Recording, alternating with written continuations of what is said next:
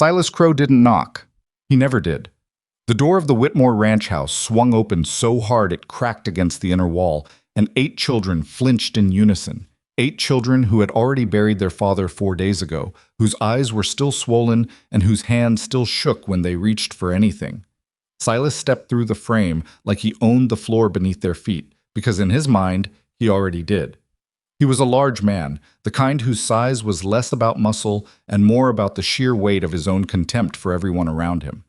He wore a good coat in the middle of summer heat and held a folded document against his palm the way a man holds a weapon he hasn't drawn yet. He looked at the children. He didn't look at them the way you look at children who have lost something. He looked at them the way you assess livestock before a sale. "Where's the woman?" he said. If you have ever watched someone treat grieving children like furniture, you already know the particular kind of rage that settles in your chest like a stone. And if you have ever been a woman standing alone in a doorway with nothing but her own nerve between her and a man like that, then this story already belongs to you. Stay with us. Because what Clara Whitmore did next, what she refused to do, what she chose instead, is the kind of thing they don't put in history books but should. Subscribe to this channel right now and follow this story all the way to the end, because we have more stories coming that will shake you to your core. Hit that like button, leave a comment with the city and country you're watching from. I want to see how far this story travels. Now let's go back to where it all began. The train from St. Louis took 4 days.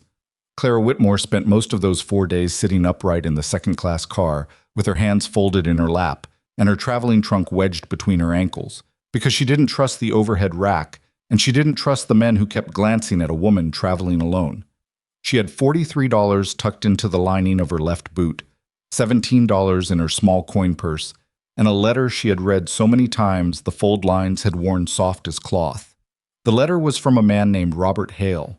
She had answered his advertisement in the Missouri Republican the previous October, after the school where she'd taught for 6 years closed for lack of funds, and her landlady had raised the rent by an amount Clara could not meet on substitute work alone. The advertisement had been plain and honest in a way she'd appreciated. Most of those notices read like a man describing a job he needed filled, and in a way, she supposed that's what they were. But Robert Hale had written, "I am not looking for a servant or a decoration. I have 7 children who need steadiness, and I have a ranch that needs more than one pair of hands. I am a widower, not a young man, and I will not pretend otherwise. If you are a woman of plain sense who understands that life in Kansas is hard work and no guarantee, I would be grateful to hear from you." She had written back the same evening. They had exchanged 11 letters over 4 months. She knew he was 41, that his wife Margaret had died of fever 2 winters past, that his eldest son Elias was 12 and already too old in the eyes for his age, that the youngest was an infant named Ruth, who had never known her mother. She knew he ran cattle on 320 acres of Barton County land, and that the land was mortgaged but manageable. And she knew from the careful way he wrote around certain subjects that money was tighter than he let on. She was not a fool. She had read the spaces between his words. But she had also read his kindness, and that was harder to fake across 11 letters than most men realized. She stepped off the train at Walnut Creek Station on a Tuesday morning in July, and the heat hit her like a wall she hadn't seen coming. The platform was half a dozen planks over packed dirt, and there was a general store, a livery, and a man sleeping in a rocking chair outside what might have been a barber's shop. She stood with her trunk and her bag, and she waited. No one came for 20 minutes. She told herself not to read into it. Ranches were not close. A man with 7 children had 100 reasons to run late, and none of them meant anything except that the world did not stop turning because a train arrived on schedule. Then she saw the boy. He came on a brown mare that was too big for him, riding bareback with his knees gripping her sides, and his face set in an expression that Clara would not understand until he got closer. He was thin. He was wearing a shirt that had been washed so many times it had gone from whatever color it started as into something between gray and nothing. His feet were bare in the stirrups. He pulled the horse up 10 feet from her and stared. Clara waited. "Are you the woman?" he said. "The one coming to marry my father?" "I'm Clara Whitmore," she said. "Is your father nearby?" The boy's jaw tightened. He looked at some point past her shoulder and then looked back. And she saw it then. The thing she had mistaken for blankness was not blankness at all. It was a 12-year-old boy holding himself together by sheer force of will. My father died, he said, 5 days ago. It was his heart. Clara heard the words, she understood them. But there is a difference between understanding a thing with your mind and the moment when it lands in your body, and that landing took a few seconds longer than thought. She stood on the platform in the July heat, and the boy watched her with those old eyes, and neither of them spoke. I'm sorry, she said finally. Elias. He blinked. She had used his name. She wasn't sure why that mattered to him, but something in his face shifted almost invisibly. Yes, ma'am, he said. I came to bring you back if you want to come. Or I came to tell you if you'd rather take the next train. He swallowed. I figured you had a right to know before you decided. She looked at him. 12 years old, alone on a big horse, delivering a message no grown man would have wanted to deliver, and still thinking about her right to make a choice. Robert Hale had raised something right, even if he hadn't lived to finish the raising. How far is the ranch? She said. Hour and a half. Then let's go, Clara said. Help me with the trunk. She didn't know what she was deciding yet. She told herself she was simply going to see, that she owed it to the children to at least look at the situation before making any choice. That was the version she gave herself on the ride out, watching the flat Kansas land spread around them in every direction, yellow grass and sky, and the occasional dark line of a windbreak trying to hold against the open. The mare carried her without protest. Elias rode beside her on a smaller horse he'd traded the mare for at the livery. He'd brought 2 horses, she realized, which meant he had expected her to come. He didn't talk much. She didn't push it. When the ranch house came into view, she adjusted her expectations downward without letting her face show it. The house was a 1-story wood-frame structure that had been built with optimism and maintained with whatever was left over after more urgent expenses, which was apparently not much. One corner of the roof sagged. The front porch had lost 2 of its boards to rot or weather or both. The fence around what should have been a kitchen garden was listing badly to one side, but smoke came from the chimney, and that meant someone inside was trying. Elias dismounted and tied the horses without looking at her, and she climbed down herself and followed him to the door, and he opened it, and she walked in. There were 7 of them, not crowded into the front room in any organized way, scattered through it in the particular disorder of children who had been trying to manage without direction for almost a week. A girl of about 10 was attempting to nurse a fire in the cook stove with green wood that kept smoking without catching. 2 boys who looked to be 8 and 6 were sitting against the far wall with their knees pulled up. A girl of maybe 4 was asleep on the floor with a quilt pulled over her despite the heat, which told Clara someone had known enough to keep her comfortable. And near the window, a boy of perhaps 9 was holding a cloth bundle very carefully, the kind of careful that meant the cloth bundle was not a bundle at all. The baby. Ruth. Clara crossed the room without thinking. The boy holding the baby, she would learn his name was Thomas, looked up at her with an expression halfway between suspicion and relief. She took some milk this morning, he said, but she won't stop making that sound. Clara listened. The sound coming from the bundle was thin and high and exhausted, the sound of an infant who had been crying for a long time and had run out of energy for full crying but could not stop entirely. It was a sound that Clara recognized from her years teaching. She'd heard it from babies brought to the schoolroom by older siblings in emergencies, and it was a sound that meant something is wrong and no one has fixed it yet. "May I?" she said to Thomas. He hesitated. This stranger, this woman who was supposed to be his father's wife, and wasn't, who had no claim on any of them. And then he held the baby out. Clara took Ruth into her arms, and the baby's head was too hot. Not the warmth of a sleeping child. The wrong kind of warmth. "Has she been like this since yesterday?" Clara asked. Thomas nodded. "Since the day before," said a voice from the doorway behind her. She turned. Standing in the kitchen doorway was a girl of about 14, older than Elias, she'd learn later, though not by much, with her arms folded and her eyes dry in the way of someone who had decided that crying was a thing she no longer had the resources for. This was Hannah, the eldest girl, who had been running this household for the past 5 days on 14-year-old determination and a very limited knowledge of infant care. "We didn't know what to do," Hannah said. Her voice was flat. Not cold. Flat. The flatness of someone who has been scared for so long that the fear had compressed into something harder. "We tried the milk. We tried keeping her warm. We didn't know who to—" She stopped. "We didn't know." Clara looked at the baby and then at Hannah. "Do you have any willow bark?" she said. Hannah blinked. "I don't know." "Look in whatever your father kept for medicines. Anything in a dried bundle, anything in a tin marked for fever or pain. Go look right now." Hannah went. Clara turned to Thomas.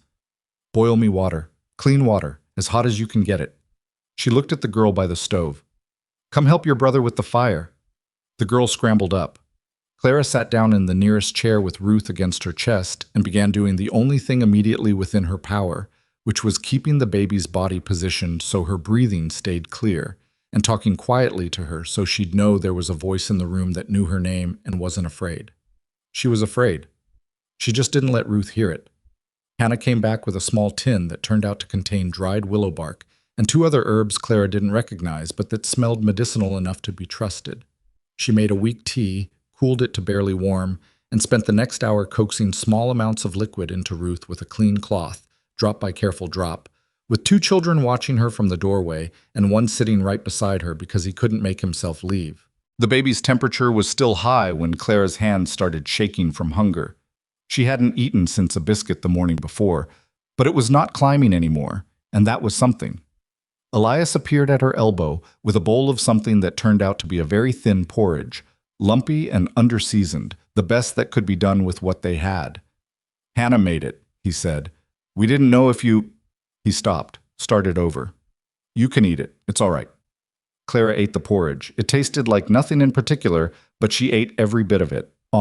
That night, when all 7 children were finally asleep, Ruth in a wooden box padded with folded cloth that someone had rigged as a makeshift cradle, the others arranged through the 2 small bedrooms in whatever configuration had become habit.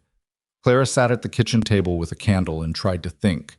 She made a list in her head the way she always did when she needed to understand a situation. The list was not encouraging. The baby was sick and needed consistent care for at minimum the next few days. The children had been surviving on whatever was in the root cellar and pantry, and from what she could see, that supply would last perhaps another week, maybe 10 days if stretched. The roof sagged, not just because it was old, but because 2 rafters had been improperly repaired at some point and were working loose. She could see the place where the ceiling bowed. The stove needed a new flue gasket because the smoke was backing up slightly on windy draws, which was a fire risk. And somewhere in all of this, there was presumably a mortgage on 320 acres that Robert Hale had described as manageable, which might or might not be true, depending on what else she didn't know yet. The next train east left Walnut Creek Station on Friday. Today was Tuesday. She sat with the candle burning low, and she thought about Philadelphia, where she had a cousin who had offered vaguely to find her work if things got difficult. She thought about the school in Missouri that had closed and whether enough students had returned that it might reopen in fall. She thought about $43 in her boot and $17 in her purse, and the fact that the return fare would take most of what she had. Then she stopped thinking about Philadelphia because there was a sound from the back bedroom. Not crying exactly, something smaller than crying, the sound of a child trying not to be heard. And she picked up her candle and went down the short hallway and opened the door. The 4-year-old. Lily, she'd been told. Sitting up in the bed she shared with the older girl, both hands pressed over her mouth. Clara sat on the edge of the bed. "I'm here," she said. Lily stared at her with enormous eyes. "Are you going to leave?" the child whispered. The directness of it, 4 years old and already asking the question that mattered most. The question all 7 of them were probably asking in whatever version their age permitted.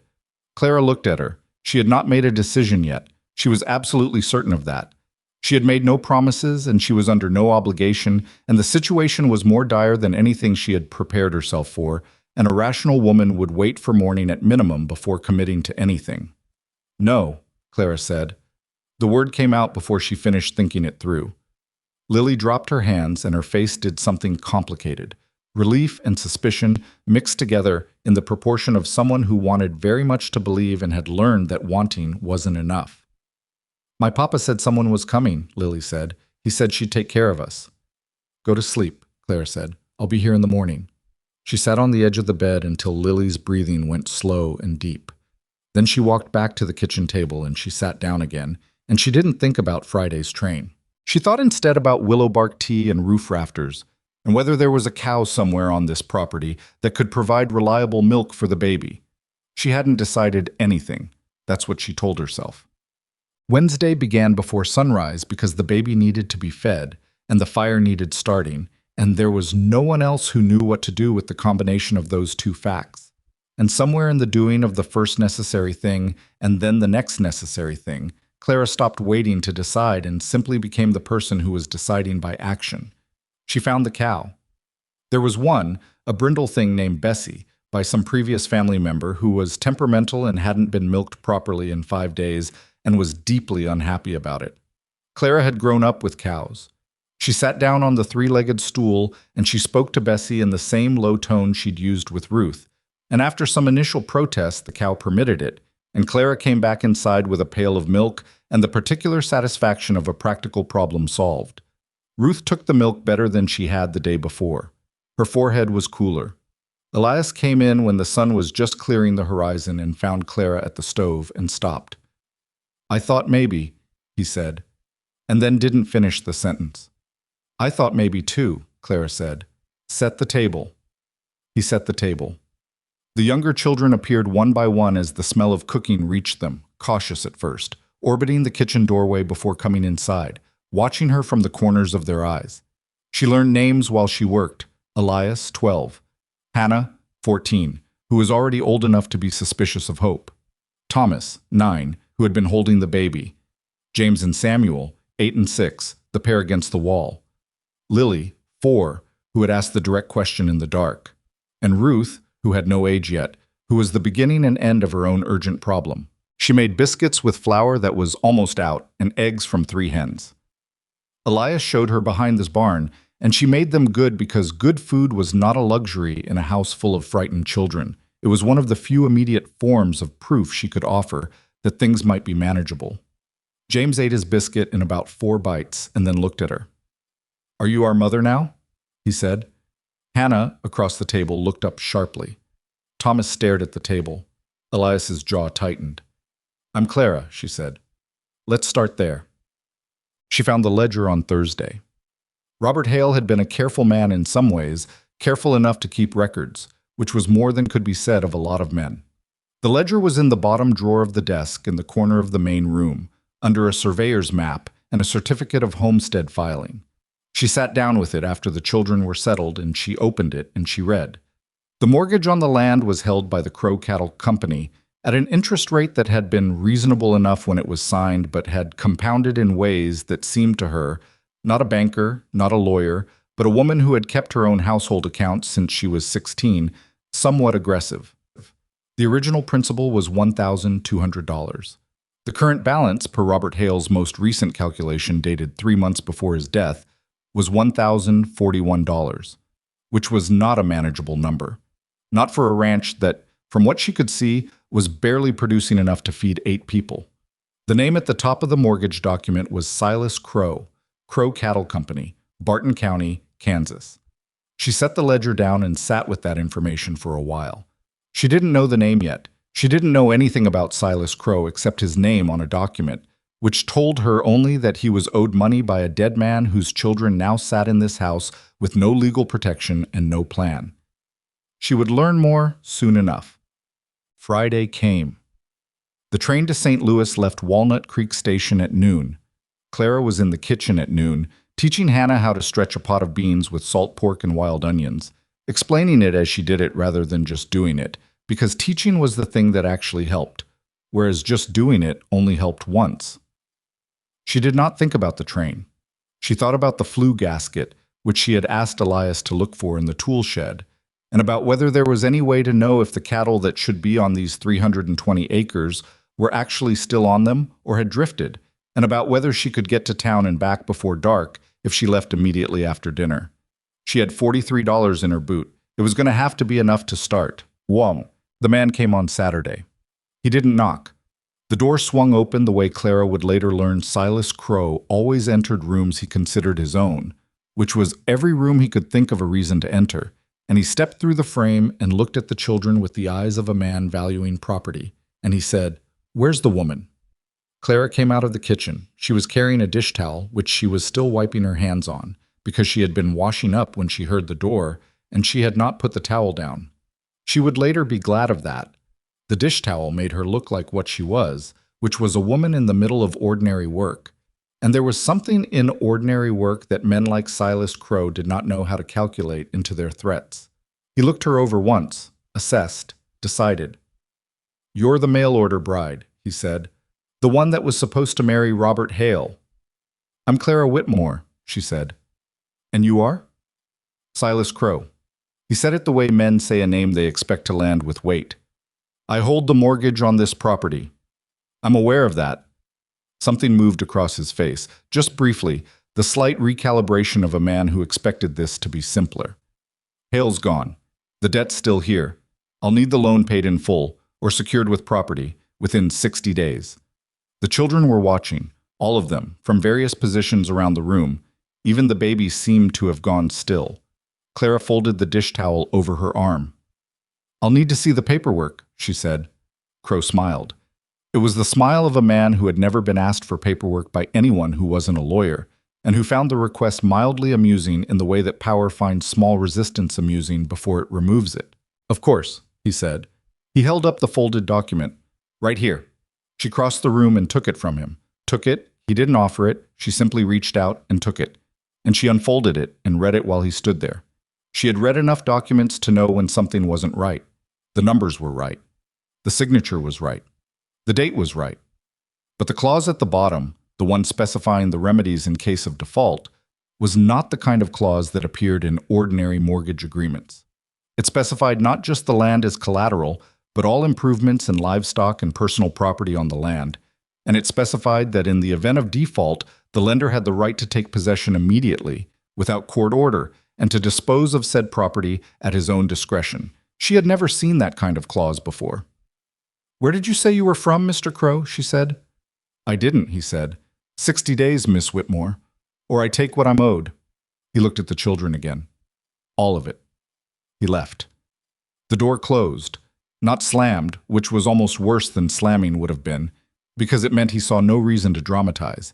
He simply left, the way you leave a place that's already yours. Elias came to stand beside her. She was still holding the document. "What does it mean?" he said quietly. Clara looked at the clause again. Then she folded the document very precisely along its original lines and held it against her side. "It means," she said, "that we have 60 days to understand exactly what we're dealing with." She did not tell him what she suspected, that the clause was too specific, that the numbers had compounded at a rate that should have required renegotiation but hadn't, which meant Robert Hale either hadn't known or hadn't had anyone to help him understand. That Silas Crow had not come to collect a debt. He had come to see how easily what he was planning would go. She didn't tell Elias any of that. What she said instead was, "Go check on Ruth, and tell Hannah we need to eat dinner early tonight. I have some reading to do." Elias looked at her for a long moment. Then he went. Clara sat down at the desk with the mortgage document and the ledger and the surveyor's map and the deed, and she began to read everything she had, in the order it would tell her the most, the way she used to prepare lessons. Not for what she hoped to find, but for what was actually there. Outside, the July heat sat heavy on the Kansas land. 320 acres that she had no legal claim to. 8 children who had called no one mother in 2 years. A debt that smelled wrong in a way she couldn't yet name. And 60 days. She pulled the candle closer and kept reading. The morning after Silas Crow's visit, Clara woke before anyone else and sat at the desk in the gray pre-dawn dark and read through every document a second time. She had slept maybe 3 hours. Her eyes felt gritty and her neck ached from the angle she'd held her head the night before, hunched over the ledger by candlelight until the candle burned itself to a nub. But she had learned something which was worth the neck ache. The mortgage had been signed 4 years ago, when Margaret Hale was still alive and the ranch was running at a different capacity. The interest rate, 9% compounding annually, was not unusual on its face, not for frontier land financing, not with a lender who held the risk on undeveloped acreage. What was unusual was the acceleration clause buried in the 3rd page in language, so dense it read like it was trying not to be understood.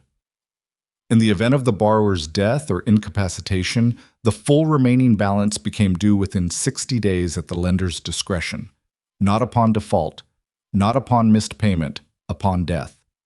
Robert Hale had been one missed heartbeat away from losing everything he'd built, and he may not have known it, or he had known and believed he had more time. Clara set the document down and looked out the window at the dark that was slowly going lighter at the horizon.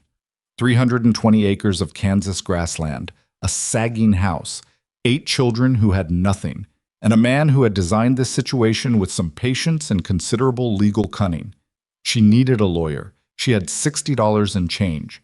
She needed to understand the water situation. That would require talking to neighbors, and she didn't know any neighbors yet. She needed the ranch to function, actually function, producing enough to demonstrate activity and income, because a working operation complicated any seizure claim in ways that a merely occupied property did not. She needed all of these things simultaneously, and she had no allies and no time. She heard the baby stir. She got up and went to Ruth first, because that was the only sensible order of operations. The fever broke on Sunday morning, broke fully, not just retreated, and Clara sat back on her heels in the small room and let out a breath she felt like she'd been holding for 3 days. Ruth looked up at her with the unfocused gaze of a 4-month-old who knew warmth from cold and familiar, from strange, and not much else yet, and she made a sound that was not crying, and that was the best thing Clara had heard since she stepped off the train. Thomas was in the doorway. He was 9 years old, and he had been checking on his baby sister every 2 hours, including through the night, appearing silently in doorways, looking, retreating. Clara had started leaving the door slightly open so he could see without having to ask. "She's better," Clara said, not turning around. She heard Thomas's exhale, heard him slide down the door frame until he was sitting on the floor. She glanced back and his head was tipped against the wood, and his eyes were closed, and he was allowing himself, just for a moment, to be 9 years old and relieved. "You should sleep," she said. "I slept," he said. The way he said it, quick, flat, was the voice of a child who had decided that admitting need was a kind of weakness he could no longer afford. She recognized it. She'd heard it from students who came to school hungry and claimed they'd eaten. "Thomas." He opened his eyes. "You can be tired," she said. "That's allowed." He looked at her for a long moment. Then he pulled his knees to his chest and went quiet again, not sleeping but resting, and that was enough. She got to town on Monday. Elias drove her in the wagon. The horse that pulled it was elderly and opinionated about pace, so the hour-and-a-half ride took closer to 2, but they arrived before noon at Walnut Creek's Main Street, which was one proper street with a bank, a dry goods store, a feed store, a post office, and a building with a hand-painted sign that said, "Garfield T. Moss, Attorney at Law, Notary, Land Claims." She had left Hannah in charge of the house and the baby with very specific instructions, and Hannah had received them with the expression of someone who wanted to argue about the fact of needing instructions, but recognized this was not the moment. Elias tied the horse outside the attorney's office and looked at her. "You want me to come in?" "Stay with the wagon," she said. "I won't be long." Garfield T. Moss turned out to be a small man with a large desk and the particular manner of a lawyer in a small town. Helpful enough to collect fees, cautious enough not to make enemies of people who might outlast him. He read the mortgage document she put in front of him without touching it, leaning forward over his desk. He straightened up after a while and looked at her. "The acceleration clause is legal," he said. "Unusual, but legal. Mr. Hale signed it." "I understand it's legal," Clara said. "I want to know if it's the whole picture." Moss was quiet for a moment. "There are other considerations," he said carefully, "that might affect Crow's ability to act as quickly as he's implied. The estate would need to go through probate. The children are minors. A county court would need to appoint a guardian before any property disposition affecting their inheritance could. So he can't just take it," Clara said. "Not without a court order, which he would likely obtain eventually, given the debt is real and the clause is enforceable, but—" Moss paused. "It would take longer than 60 days. "How much longer?" "That depends on whether anyone contests it, whether someone presents the court with a reason to look more carefully at the situation." He looked at her steadily. "Are you planning to contest it?" "I'm planning to understand it first," Clara said. "What do you know about Silas Crow?" The pause that followed was informative on its own. "He's a significant landowner in the county," Moss said finally. "He runs cattle. He also holds mortgages on several properties in the area. He's been—" Another pause. "He's been active in acquiring land over the past several years. How many of those mortgages have acceleration clauses?" Moss looked at her. She looked back. "I couldn't say," he said. But the way he said it meant he could and wouldn't. Clara thanked him and paid his consultation fee from the coin purse rather than the boot money, because the boot money was for something specific that she hadn't worked out yet, and she left. Elias was outside with the wagon, eating an apple he'd produced from somewhere. "Well," he said. "We have more time than Crow wants us to think we do," she said, "and he knows it, which means the 60-day deadline is pressure, not law." Elias chewed his apple and considered this. "So what do we do?" "We go to the feed store," Clara said, "because we're here and the horse needs grain, and then we go home and I figure out what he actually wants." What Silas Crow actually wanted became clearer 3 days later, when Clara walked the full eastern boundary of the property with Elias and found the creek. It wasn't a dramatic creek, 10-12 feet across at its widest, running clear and steady even in July. But it ran year-round, Elias told her. It ran through the property from north to south and then cut east toward the Crow Range, or rather toward the land that bordered the Crow Range, land that was dry in summer, very dry. "Did your father ever talk about the water?" Clara asked. Elias squinted at the creek. "Crow offered to buy the eastern 40 acres about a year ago. Papa said no." Clara looked at the creek. Then she looked at where it ran. Then she went back to the surveyor's map that evening, and she looked at the creek's course and where the land boundaries fell, and where the Crow holdings were marked in faded ink, and she understood. This was not about the debt. The debt was the method. The water was the reason. Silas Crow's holdings to the east were considerable, but summer dry. The Hale property sat on top of the only reliable water source in a 5-mile stretch. If Crow acquired this land and the water rights that came with it, he could expand his cattle operation threefold and hold every other farmer and rancher in the valley at his pleasure, because in Kansas in 1883, whoever controlled the water controlled everything downstream of it. Robert Hale had known this. He'd refused to sell the eastern 40 acres. So Crow had waited, held the mortgage with its buried acceleration clause, and waited for Robert Hale to die, which he had, on schedule or close enough. And now here were 8 orphaned children and 1 woman from Missouri standing between Silas Crow and everything he'd been building toward for years. Clara sat with the map for a long time. Then she went to the kitchen and made coffee because she needed to think clearly, and sentiment was not going to carry any of this. And while the coffee was heating, she made another list in her head, this one of assets rather than problems, because she had spent enough time on problems. Assets, the water, the deed, which was clear and uncontested, the fact that probate took time and Crow couldn't legally move before a court ruled, the fact that she could read contracts and apparently most of the women in this situation couldn't, or at least Crow had calculated they wouldn't. Elias, who was 12 but not stupid and who knew this land better than anyone. Hannah, who was 14 and formidable when she stopped being frightened long enough to act. The 320 acres themselves, which were viable if actually worked. And the neighbors, who she hadn't talked to yet, but who presumably had their own reasons to be nervous about a man who was quietly accumulating land and water rights in Barton County. She poured the coffee and drank it standing at the stove. Then she went to bed and slept properly for the first time since the train. The cattle were still on the property, 31 head, which was fewer than the ledger suggested there should be, but still 31 head.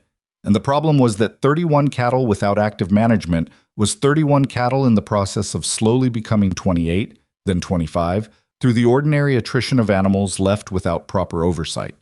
2 of the cows were showing signs of bloat from the south pasture grass, which meant someone needed to move them, and the fence on the northwest corner had been down for what looked like weeks. Elias knew cattle. Not perfectly, he was 12, but enough. He'd been working alongside his father since he could keep up, and what he didn't know from experience he knew from watching, and what he didn't know from watching he'd ask about, with a pragmatism that Clara found both useful and a little heartbreaking, because the pragmatism was what happened when a boy was required to become useful too young.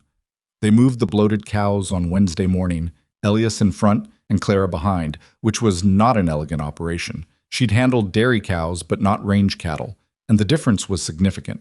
She got her skirt muddy, and one cow shoved her sideways hard enough to put her into the fence, which left a bruise on her hip that lasted a week. But they moved them.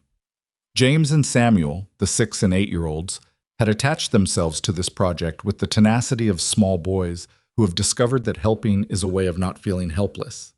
James handed her fencing pliers without being asked, correctly anticipating she'd need them. Samuel held the horse.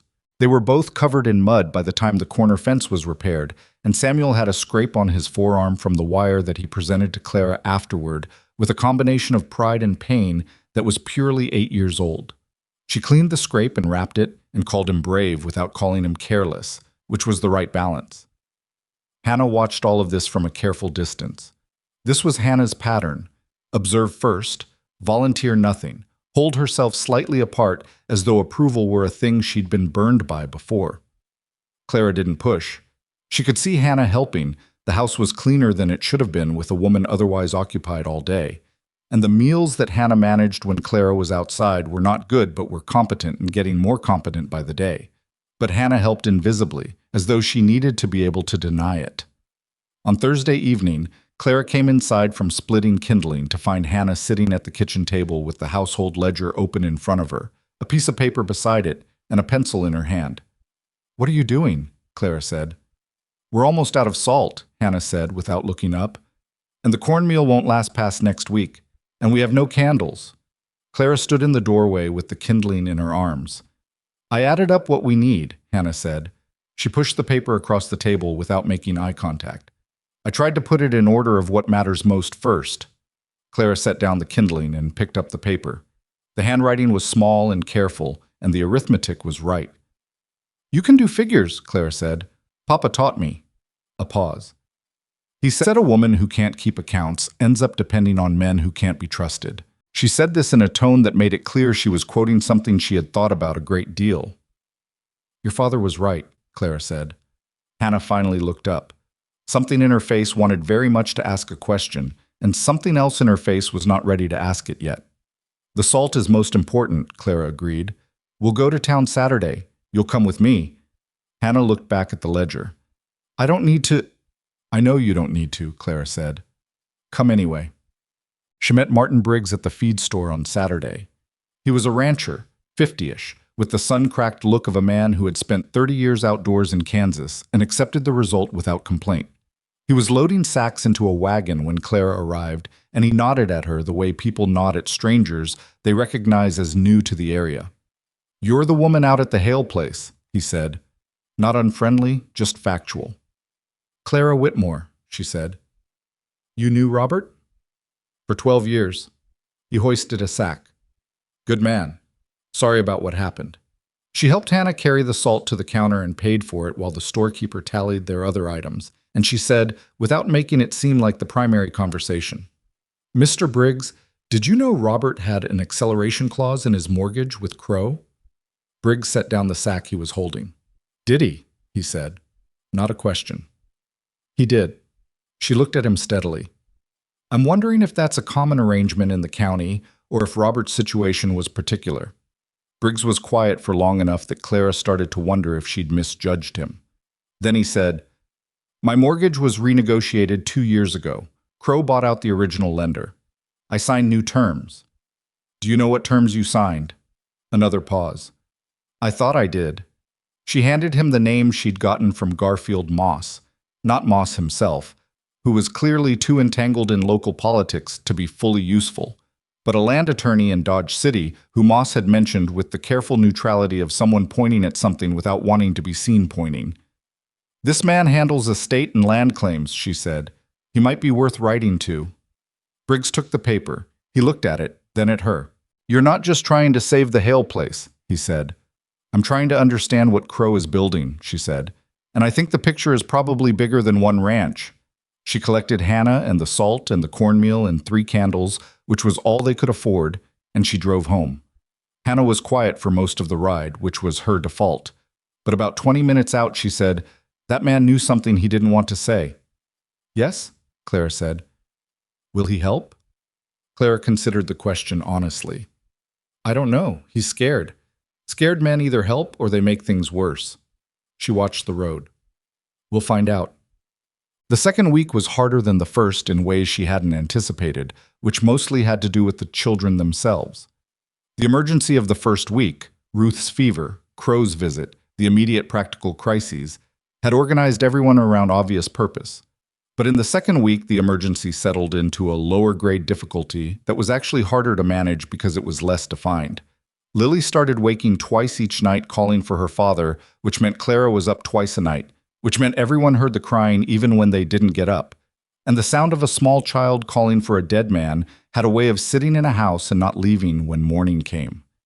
James got into a fight with Samuel over something small and pointless, the way brothers do when they're actually fighting about something else entirely, and it escalated until Samuel threw a tin cup and it hit the wall 6 inches from the window, and Clara had to intervene and then figure out what was actually wrong, which turned out to be that Samuel had found a piece of paper in his father's coat pocket, a note that said "Only good boy" in Robert's handwriting, which apparently was something Robert had written to himself to remember to say.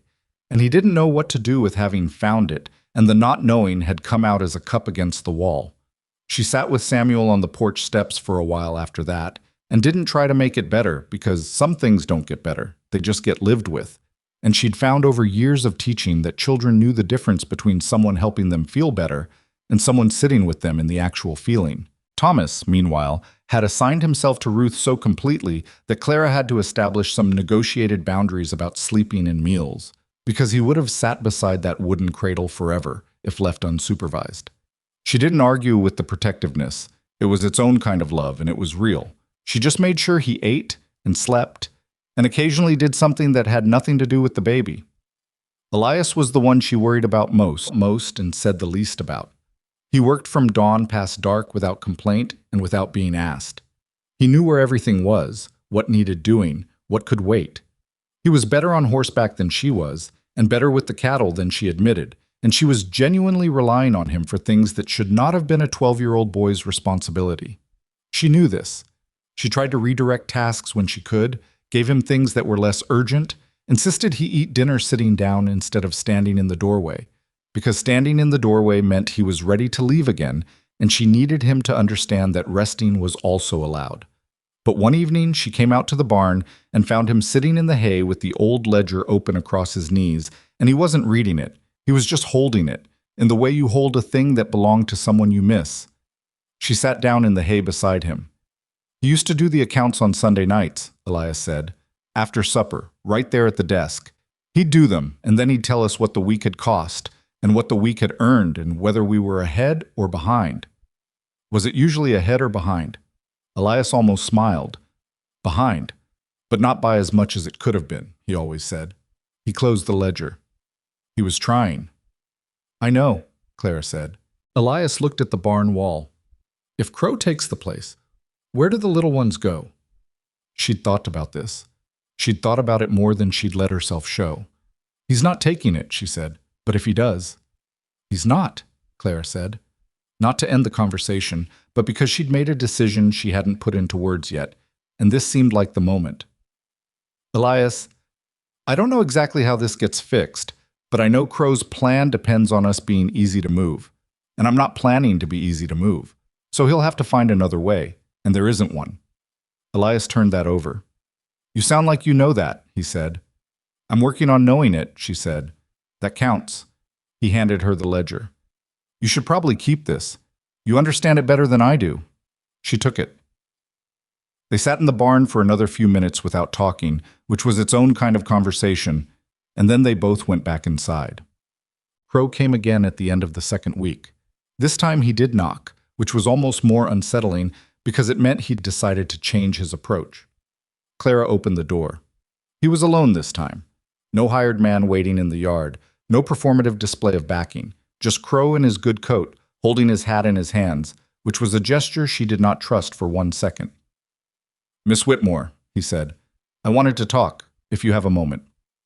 I have a moment, she said, and did not invite him in.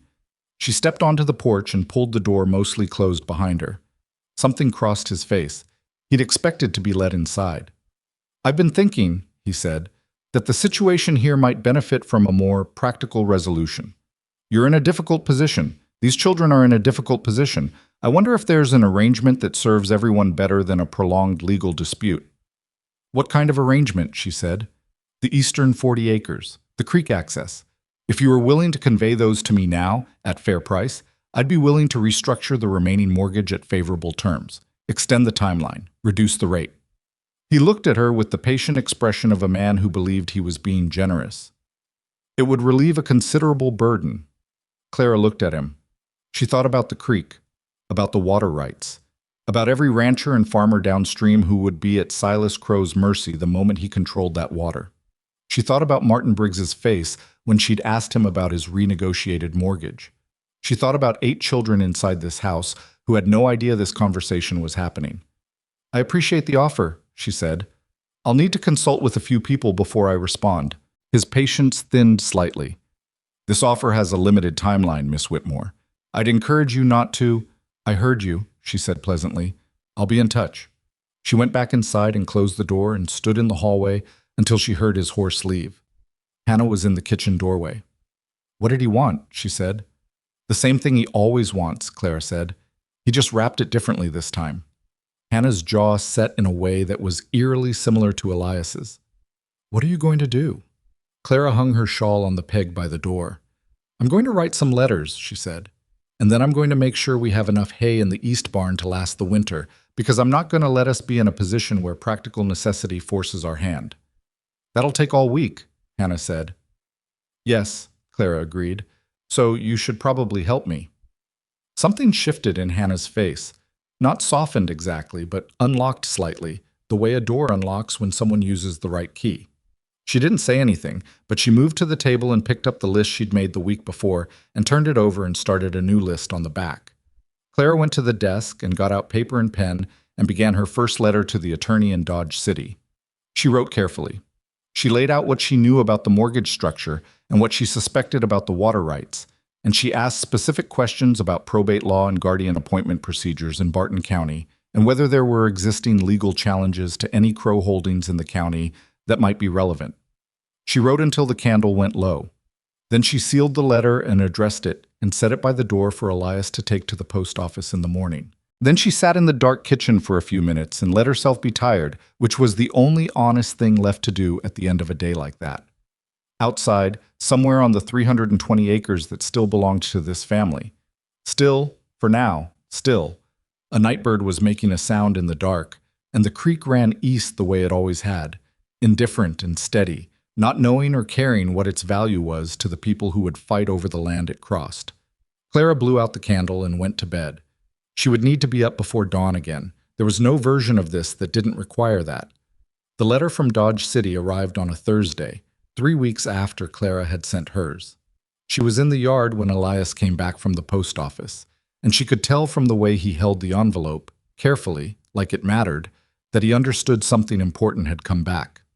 She wiped her hands on her apron and took it from him and opened it, standing right there in the yard because she couldn't wait the 30 steps to the house. The attorney's name was Edmund Carr. His letter was 4 pages, written in a precise hand that moved quickly through the procedural points she'd asked about, and then slowed down when it got to the part that mattered. He had found 2 other properties in Barton County with mortgage instruments containing near-identical acceleration clauses. Both had transferred to Crow ownership within the past 3 years, one following the death of the original borrower, and one following what the county record listed as voluntary conveyance, which Carr noted could mean several things, not all of them voluntary in any meaningful sense. He had also found, in the territorial land records, a water rights claim that Crow had filed 18 months ago on a creek system that matched the description of the one running through the Hale property, filed not as an acquisition, but as a prior use claim, which was a legal maneuver that established standing for future dispute even before the land itself was obtained. Crow hadn't been waiting for Robert Hale to die. He'd been preparing for it. Clara read that paragraph twice. "What does it say?" Elias asked. She folded the letter. "It says we're right about what he's doing," she said, "and it says we're not the only ones he's doing it to." Elias absorbed that.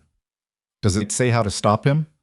"It says there are grounds to contest the mortgage terms in probate," she said, "and it says the water rights claim he filed is legally thin if we can demonstrate continuous prior use and management of the creek by the property owner. She paused. It also says we should get a guardian appointed for the children by the county court as quickly as possible because a legal guardian can contest the debt in ways that I currently cannot. Can you be the guardian? She hadn't asked that question in her letter and Carr hadn't answered it, but she'd been thinking about it since she started reading.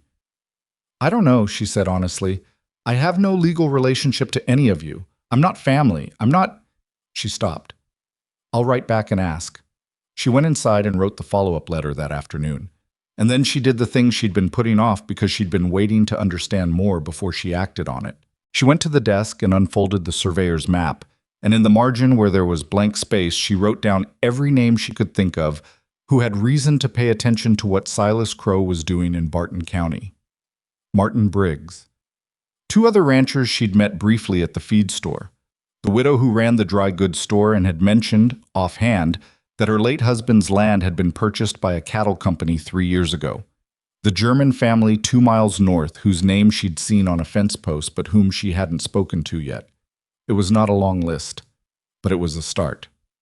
The letter was still on the desk, waiting to be taken to the post office, when the stranger rode up 4 days later. Clara saw him from the kitchen window. He came from the north road on a gray horse, riding at a walk, which was the pace of a man who wasn't sure of his welcome. He stopped at the gate and sat there for a moment before dismounting, and something about the way he stood after he got down, one hand on the horse's neck, not moving toward the house yet, made her watch him longer than she normally would have watched a stranger. He was maybe 40, broad through the shoulders, lean everywhere else, with the kind of stillness that comes from either great patience or great wariness, possibly both.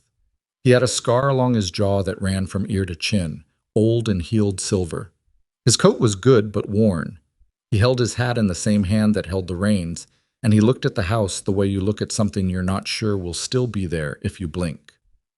Elias came around the side of the barn and stopped when he saw the man. The man saw Elias. He didn't move.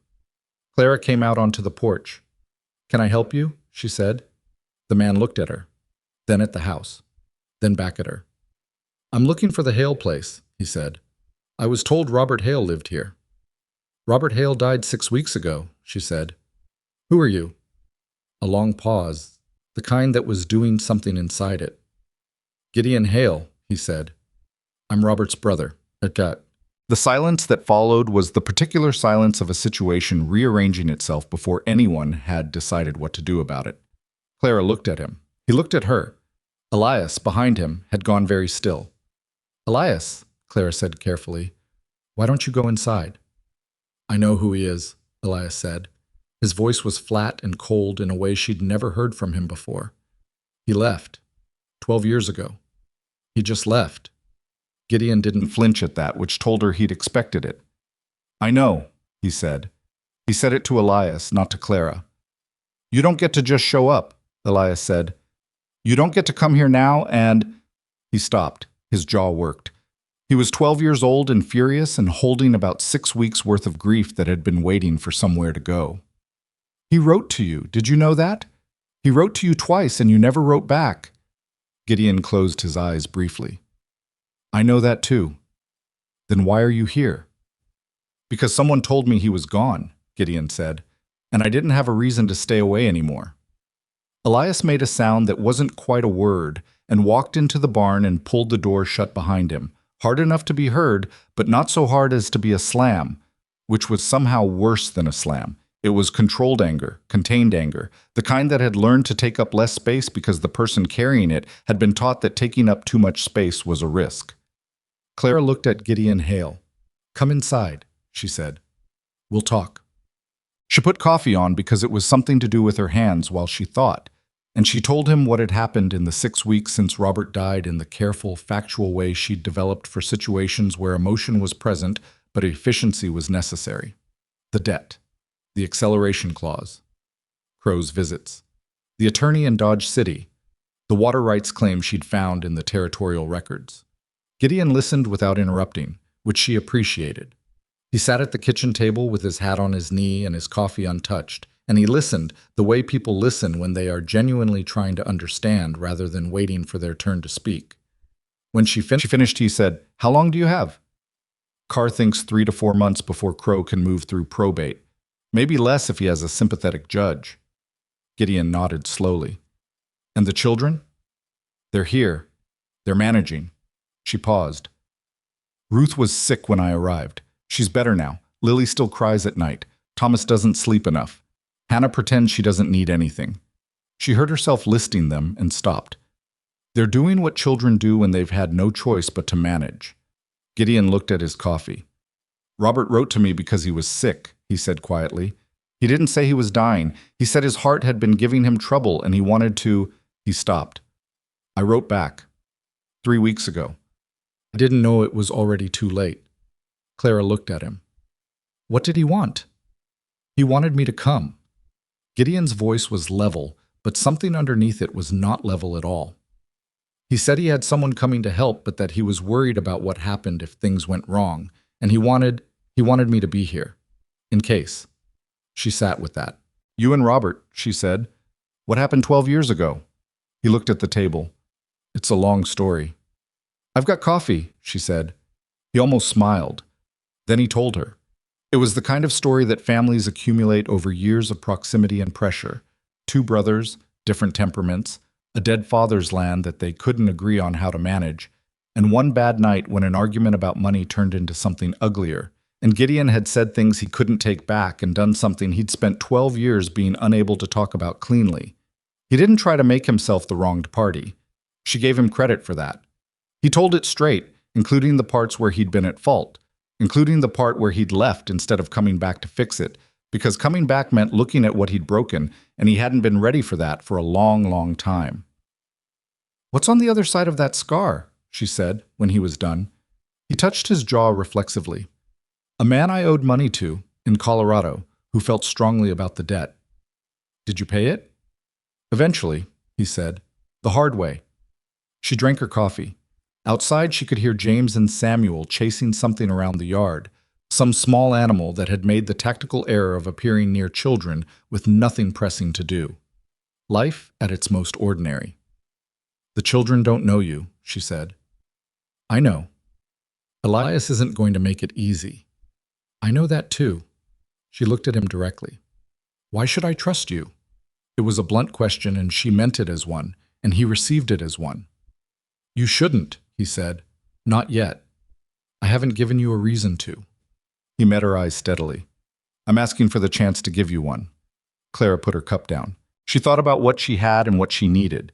She thought about winter coming and 31 cattle that needed managing and a fence line that needed continuous attention and a legal fight that was going to require someone who could ride fast and be present in 2 places when she could only be in one.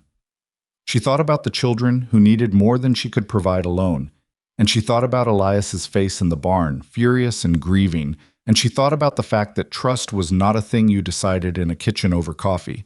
It was a thing that got built or didn't get built through the accumulation of small actions over time. You can stay in the barn, she said. For now. You'll work the same as everyone else, no different treatment, no authority over the children that they don't give you themselves. She paused. If you try to make decisions about this property or this family without talking to me first, you leave. If Elias tells you to go, you go. Those are the terms. Gideon looked at her for a moment. All right, he said. One more thing, Clara said. What do you know about water rights law in Kansas? He blinked. Some, he said slowly. I spent 2 years working for a land surveyor in New Mexico. Why? For the first time in 6 weeks, Clara felt something that was not exactly hope. Hope was too light a word for what the situation warranted, but something adjacent to it. The sense that the pieces on the board had shifted slightly in a direction that was less impossible than it had been that morning. Come with me, she said. I have a map to show you. Elias did not speak to Gideon for 4 days. This was not a passive silence. It was an active, deliberate architectural silence, constructed with the precision of a boy who had decided that acknowledgement was a thing he would control and withhold as he saw fit. He worked around Gideon in the barn and the yard and the pasture with the careful choreography of someone avoiding a piece of furniture he found offensive, never far enough away to be avoiding the work, never close enough to be engaging with the man doing it beside him. Gideon didn't push. Clara watched him not push and gave him credit for that too. What Gideon did instead was work. He worked the way a man works who has something to prove and knows the only currency that will buy what he needs is time and effort. He was up before anyone else, and she could hear him in the barn in the dark, moving around with a lantern, doing the early feeding without being asked. He found the section of the south fence that had been failing for longer than the northwest corner, deeper rot, longer neglect, and rebuilt it over 2 days without mentioning it to anyone, just did it and moved on to the next thing. He fixed the stove flue gasket that Clara had been meaning to get to for 3 weeks, sourcing the part from somewhere she didn't ask about, appearing one afternoon with it already done. He was careful with the younger children, not performatively careful, not the manner of a man trying to be seen being good with children, but naturally, quietly careful. When Lily wandered out to the barn and found him working and stood watching him with the frank curiosity of a 4-year-old, he didn't make a production of it, just kept working and told her what he was doing in a conversational tone, as though having a small observer was a perfectly normal part of his process. And she stayed for an hour and eventually fell asleep on a hay bale, and he put his coat over her without stopping what he was doing. Thomas watched this from across the barn. Thomas, who was 9 and watchful, and had assigned himself the role of evaluating every adult in his vicinity since his father died, watched and said nothing. On the 5th day, Gideon was replacing 2 rotten boards on the porch.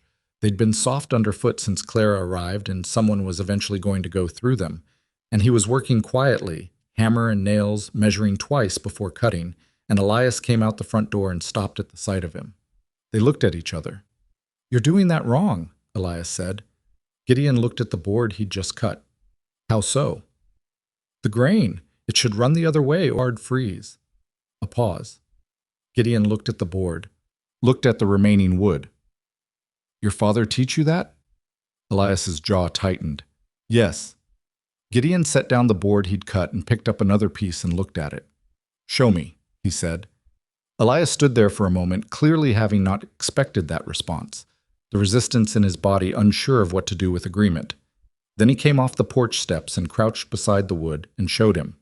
Gideon watched and listened and followed the correction without any version of "you're just a boy" or "I've been building things since before you were born." He just listened and did it the way Elias said, and when it was done he said, "That's right, thank you." Elias stood up. He didn't say anything, but he also didn't leave. He stood there for another 10 minutes watching Gideon work, and when Gideon handed him the hammer to hold while he positioned the next board, Elias took it. Clara saw this from the window and did not allow herself to turn it into more than it was. One exchange. One hammer. The debt between them was enormous, and an exchange over porch boards barely scratched the surface of what needed to happen over months and years if it was going to happen at all. She turned back to the letter she was writing to Carr. But she noticed. The letter that came back from Dodge City 10 days after she'd sent the follow-up changed everything. Carr had found the 3rd property. A homestead 3 miles east of the Hale Ranch, on the other side of the low ridge, where a family named Ketterman had been farming wheat for 7 years. The Kettermans had a mortgage, with the Crow Cattle Company, with an acceleration clause. And 2 months ago, Isaiah Ketterman had broken his leg badly enough that he'd been unable to work his land for the season, and Crow had sent notice of default. The Kettermans had 4 children and no lawyer. Clara read this paragraph, and then she read it again, and then she put the letter face down on the desk and went to the kitchen and stood at the stove for a few minutes because she needed the physical act of doing something before the anger settled into something useful. Gideon was at the kitchen table with the surveyor's map when she came in. He'd developed a habit of working at the table in the evenings, sometimes with the map, sometimes with what appeared to be his own notes on fence lines and cattle count and water flow patterns. He looked up when she set the letter in front of him. He read it. "Ketterman," he said, "I know Isaiah. We ran cattle together briefly years ago." "Can he be moved?" Clara said. "Is his leg healed enough that he could travel to Dodge City?" "What's in Dodge City?" "Carr has found a land attorney there who has filed against Crow before. A boundary dispute, nothing major, but it establishes that Crow can be contested. If we can get Isaiah Ketterman's signature on a joint filing, 2 properties challenging the same clause structure in the same lender's instruments, it changes the legal weight of the challenge considerably." Gideon was quiet for a moment. "You've been thinking about this a while." "I've been thinking about nothing else for 6 weeks, Clara said. He looked at the letter again. "I can ride out to the Ketterman place tomorrow. Talk to Isaiah. See where things stand. Take Elias, Clara said. He looked up. He knows Isaiah's eldest boy, she said, and he should be there. He's part of this family, and he should be treated like it. Gideon folded the letter and slid it back to her. All right. They came back from the Ketterman place the following evening with Isaiah's wife, Margaret Ketterman, sitting in the wagon seat beside Elias, and Isaiah himself lying in the wagon bed on a blanket with his leg in a splint and a look on his face that mixed embarrassment and relief in approximately equal measure. Clara came out to meet them. He can't ride for another 3 weeks, Gideon said from the saddle. But Margaret said they've had the letter from Crow and they can't afford to wait 3 weeks to respond to it. We have room, Clara said.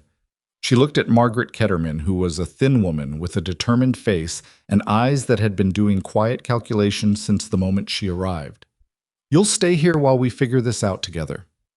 Margaret looked at the house, at the porch Gideon had repaired, at the children watching from the yard, James and Samuel with open curiosity, Hannah with her arms folded, Lily pressed against Hannah's side. We don't want to be a burden, Margaret said. You're not a burden, Clara said. You're leverage. Margaret stared at her.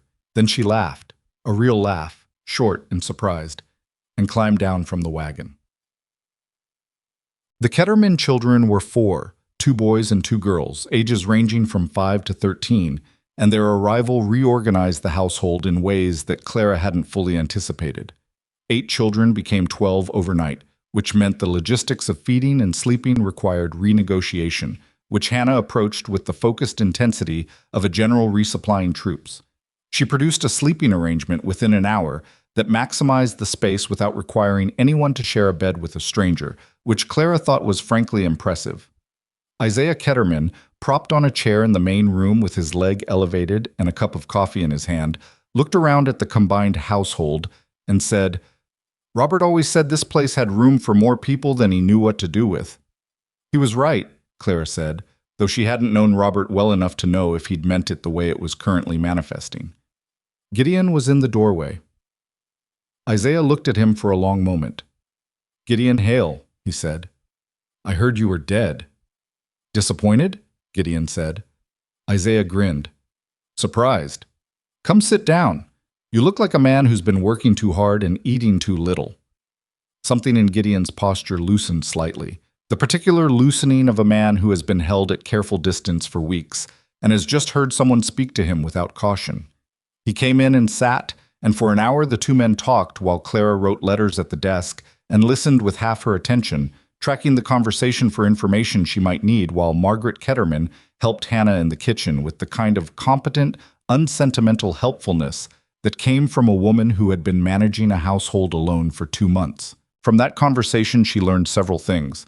That Isaiah had known Crow for years and had never trusted him, but had needed the loan and hadn't had anywhere else to get it. That there were at least 2 other ranchers in the county who had similar arrangements but whom Isaiah couldn't name with certainty.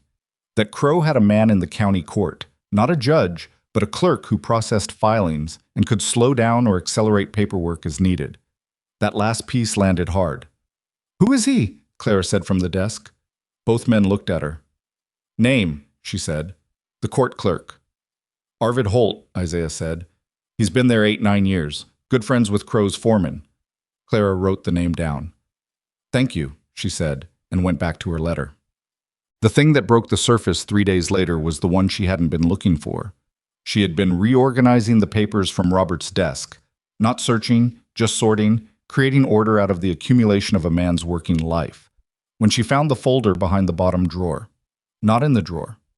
Behind it, in the small space between the drawer's back and the desk's actual rear wall, accessible only if you pulled the drawer fully out, which she had done because one of the drawer runners was misaligned and the drawer kept sticking. The folder contained 4 documents. The first was a survey report from 8 years ago that detailed the creek's flow rate and seasonal variation and noted, in technical language she had to read twice to follow, that the creek was fed by an underground source as well as surface runoff, which meant its flow was more consistent and more legally significant than a purely surface waterway. The second was a letter from a state land office employee, not an official document, a personal letter, that suggested Crow's prior use water claim, the one Clara had found in the territorial records, had been filed with information that the letter writer believed to be factually incorrect regarding the date of Crow's actual first use of that water source. The third was a hand-drawn map showing the creek's course across not just the Hale property, but 3 adjacent properties, with notes in Robert Hale's handwriting about where the water went, who used it, and what would happen to those downstream users if the creek were diverted at any point on the Hale land. The fourth was a deed, not for the main property, for a separate 10-acre parcel that contained the creek's primary surface emergence point, where the underground source broke through to the surface, registered separately in county records, with a water rights notation attached, and transferred to a name Clara didn't recognize. She stared at the deed. She turned it over. On the back, in Robert's handwriting, Gideon knows. Tell him to look for the Harmon deed. She sat very still for a moment. Then she went to find Gideon. He was in the north pasture, checking on 3 cows that had seemed off their feed that morning, and she walked out to him with the folder and handed him the deed without preamble. He read it. His face changed. Harmon, he said. You know the name. James Harmon. He worked for my father before Robert and I were born. He helped survey the original homestead claim. Gideon looked at the deed. If Robert registered this parcel separately with water rights attached. Crow's claim can't supersede it, Clara said. He filed a prior use claim on the creek system, but if the origination point is separately deeded with pre-existing water rights attached, his filing is defective, Gideon said. Legally defective. He filed against a resource he didn't have standing to claim. They looked at each other across the folder of documents. Robert knew, Clara said. He knew what Crow was doing, and he found this. And he was building toward contesting it, and then he died before he could do anything with it. Gideon was very still. He wanted me here, he said, not to her, to something inside the statement itself. He wanted me here because I'd know what the Harmon deed meant. I'm the only one who'd know James Harmon's name or why it mattered. He looked at the map, at the creek's path, at the careful notes in his brother's handwriting about downstream users and what they stood to lose. He was protecting the valley, Clara said quietly. Not just the ranch, the whole valley. Gideon didn't say anything for a while. The cows moved around them with the indifferent patience of animals who have no stake in human legal matters and would like their feed regardless. I need to go to Dodge City, he said finally. I need to take this to Carr in person, because a letter won't carry what needs to be carried. I know, she said.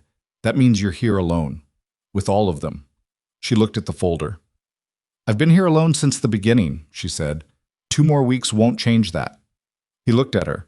Not the assessing look he'd had when he arrived, when she was a stranger between him and something he didn't know how to approach. A different look. The look of a man recalibrating something he'd thought he understood. I'll leave Friday, he said. Take Elias with you as far as the Ketterman place, she said. Isaiah's letter needs to go with yours, and Elias should see what it looks like when someone actually tries to fight back through the right channels. He needs to know that's possible. Gideon was quiet for a moment. You think of everything. I think of what I can reach, she said. The rest I figure out when it gets here. She walked back to the house, leaving him with the cows and the folder and the weight of his brother's careful, far-sighted work. That evening, after the children were in bed and the Kettermans were settled and the house had gone quiet in its particular way. Never fully quiet with 12 people in it, always some small sound, a floorboard, a sleeper turning, the baby. She sat at the desk and looked at the map with Robert's handwriting on it and thought about a man she'd never met who had known his time was running out and had tried to leave a way through for the people who came after him. He had written 11 letters to her. She had answered every one. And then he had died before she arrived, and she had thought, on that train platform in the July heat, that she was walking into a broken promise. But sitting with his map and his notes and his hidden folder of evidence, she understood that Robert Hale had not broken his promise. He had kept it in the only way he could. He had left everything he'd found for someone else to carry forward. He just hadn't known who that someone would be. She folded the map carefully. Outside, somewhere north of the fence line, a coyote called once and went silent, and the Kansas dark pressed against the windows the way it always did, vast and indifferent, and full of things that would be manageable in the morning if she got enough sleep to manage them. She blew out the candle and went to bed. Gideon left on Friday before the sun was fully up. Clara stood on the repaired porch and watched him ride out with Elias beside him on the brown mare, the boy sitting straighter than usual, his shoulders set with the particular posture of someone who has been given a responsibility and intends to carry it correctly. They took the Harmon deed and the survey report, and the personal letter from the State Land Office employee, and Isaiah Ketterman's signed statement and 6 other documents that Clara had organized into a leather satchel the night before, each item wrapped in oilcloth against weather. She had also included a 3-page summary she'd written herself, laying out the timeline of Crow's acquisitions and the structural similarities between the mortgage instruments, because lawyers billed by the hour and a clear summary saved hours. She watched them until they were past the north fence line, and then she went inside because standing on the porch watching people leave was not a useful activity. The days without Gideon were quieter in some ways and more demanding in others. She had not realized how much she had come to rely on him to handle the outdoor work while she managed the legal correspondence and the household. And with him gone, she had to carry both simultaneously, which meant rising earlier and sleeping less and making judgment calls about what could wait until tomorrow that she'd previously been able to avoid making. The German family to the north, the Browers, had sent their eldest son over with a sack of turnips the week before as a neighborly gesture, and she had written back a short note inviting them for supper when it was convenient. They arrived on Saturday, all 6 of them, and the supper table was now a small assembly of people with shared concerns. And Clara spent as much of the meal listening as talking, learning the shape of the valley's anxieties from the inside. Heinrich Brauer was a careful man, deliberate with his words in a language that was still not entirely comfortable for him after 15 years. And he said things about Crow in the precise way of someone who had learned that being right and being believed were 2 different things. His wife Emma understood English better than she spoke it and tracked the conversation with sharp eyes that caught everything. Their son Werner, who was about Hannah's age, had the look of someone trying very hard not to be noticed at the table, which Clara recognized as the posture of a young person sitting among adults who are discussing things that affect him directly, but who has not been explicitly invited to contribute. She asked him directly what he thought. He startled slightly. Then he said, in careful English, "My father has been paying the creek water fee to Crow's man for 2 years. We did not know it was not legal." Clara set down her fork. "A fee?" Heinrich looked at his son and then at Clara. "A man came. He said Crow held the water rights on the eastern draw, and there was a monthly fee for downstream use. We paid. We did not know—" He paused, searching for the word. "We did not know to question." Clara looked at Margaret Ketterman, who was across the table and had heard this. Margaret's expression said she had not known either. "How many families have been paying this fee?" Clara said. Heinrich shook his head. "I do not know how many. The Parsons family, I think. Maybe the Lindqvist farm north of the ridge." After supper, after the Browers had gone home and the children were in bed, Clara sat at the desk and wrote until midnight. She was not writing to Carr. She was writing to the State Attorney General's office in Topeka because what Heinrich Brauer had described was not a mortgage dispute. It was extortion. An extortion that crossed county lines and involved fraudulent claims of water rights was not a county matter. It was a state matter, possibly a federal one, if it could be shown to involve fraudulent filing with territorial land offices. She wrote the letter carefully, stating only what she could document, making no claims she couldn't support, and she was 3 pages in when she heard a sound from outside that was not a night sound. She stopped writing. The sound came again. Not the coyotes, not the cattle settling, not the ordinary creak of a structure at night. Something deliberate. Footsteps, she thought, and then told herself she was tired and imagining, and then heard it again and knew she was not imagining. She put down the pen. She went to the window without lighting another candle. She was sitting in the low light of the one she was writing by. And she looked out into the yard, and it was dark, full October dark now, the kind that sat heavy and gave nothing away. But the horse in the paddock was moving, not grazing, moving the way horses move when something nearby is making them uneasy. She stood very still. Then she went to the door and took down the rifle from the rack beside it and checked that it was loaded, which it was, because she had checked it every night for 6 weeks on the principle that an unloaded rifle was a heavy club and nothing more. She did not go outside. She went instead to Hannah's room and woke her with a hand over her mouth and said very quietly into her ear, "I need you to listen to me and do exactly what I say." She felt Hannah come fully awake in about 2 seconds, which was fast, which was Hannah. "There is someone outside. I don't know who or how many. I need you to take all the children to the back bedroom, all of them, including the Kettermans, and lock that door and stay on the floor and not come out until I tell you. Can you do that?" Hannah's eyes were wide and very clear. She nodded. "Don't wake them loudly," Clara said, quietly, fast but quiet. She left Hannah to it and went back to the front room and stood near the window and waited. The horse had stopped moving. That was almost worse, because it meant whatever had made the horse nervous had either left or gone still. A minute passed. 2. She was starting to reconsider the whole thing, exhaustion and stress manufacturing threats from ordinary night sounds, when the first shadow moved across the yard, and she knew with absolute certainty that she had not been imagining anything. There were 3 of them that she could see.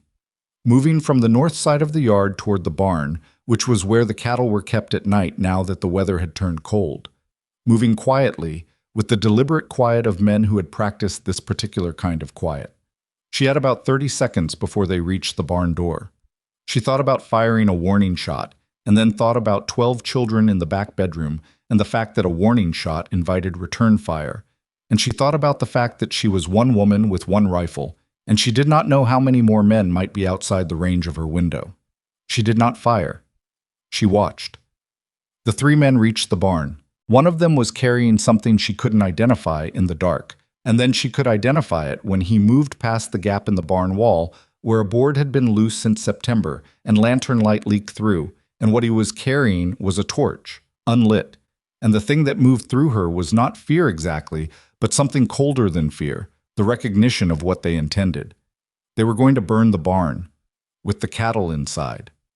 She thought about winter. She thought about 31 cattle that were their entire asset margin. She thought about the Ketterman children sleeping in the back room and what happened to 12 children on a Kansas ranch in October with no cattle and no barn. She opened the front door. "Stop where you are," she said. Her voice came out level, which surprised her. The 3 men stopped. They were good at their kind of work. They recovered from surprise quickly, spreading apart, putting distance between themselves that made covering all 3 of them simultaneously impossible for a single rifle. "I have a rifle," she said, "and I've used one before. Put down what you're carrying." One of the men, in the middle, the one who had seemed to be giving direction to the other 2 by the way they oriented to him, said, "Ma'am, you should go back inside." "No," she said, "this doesn't need to get worse than it has to be." "Who sent you?" she said. Silence.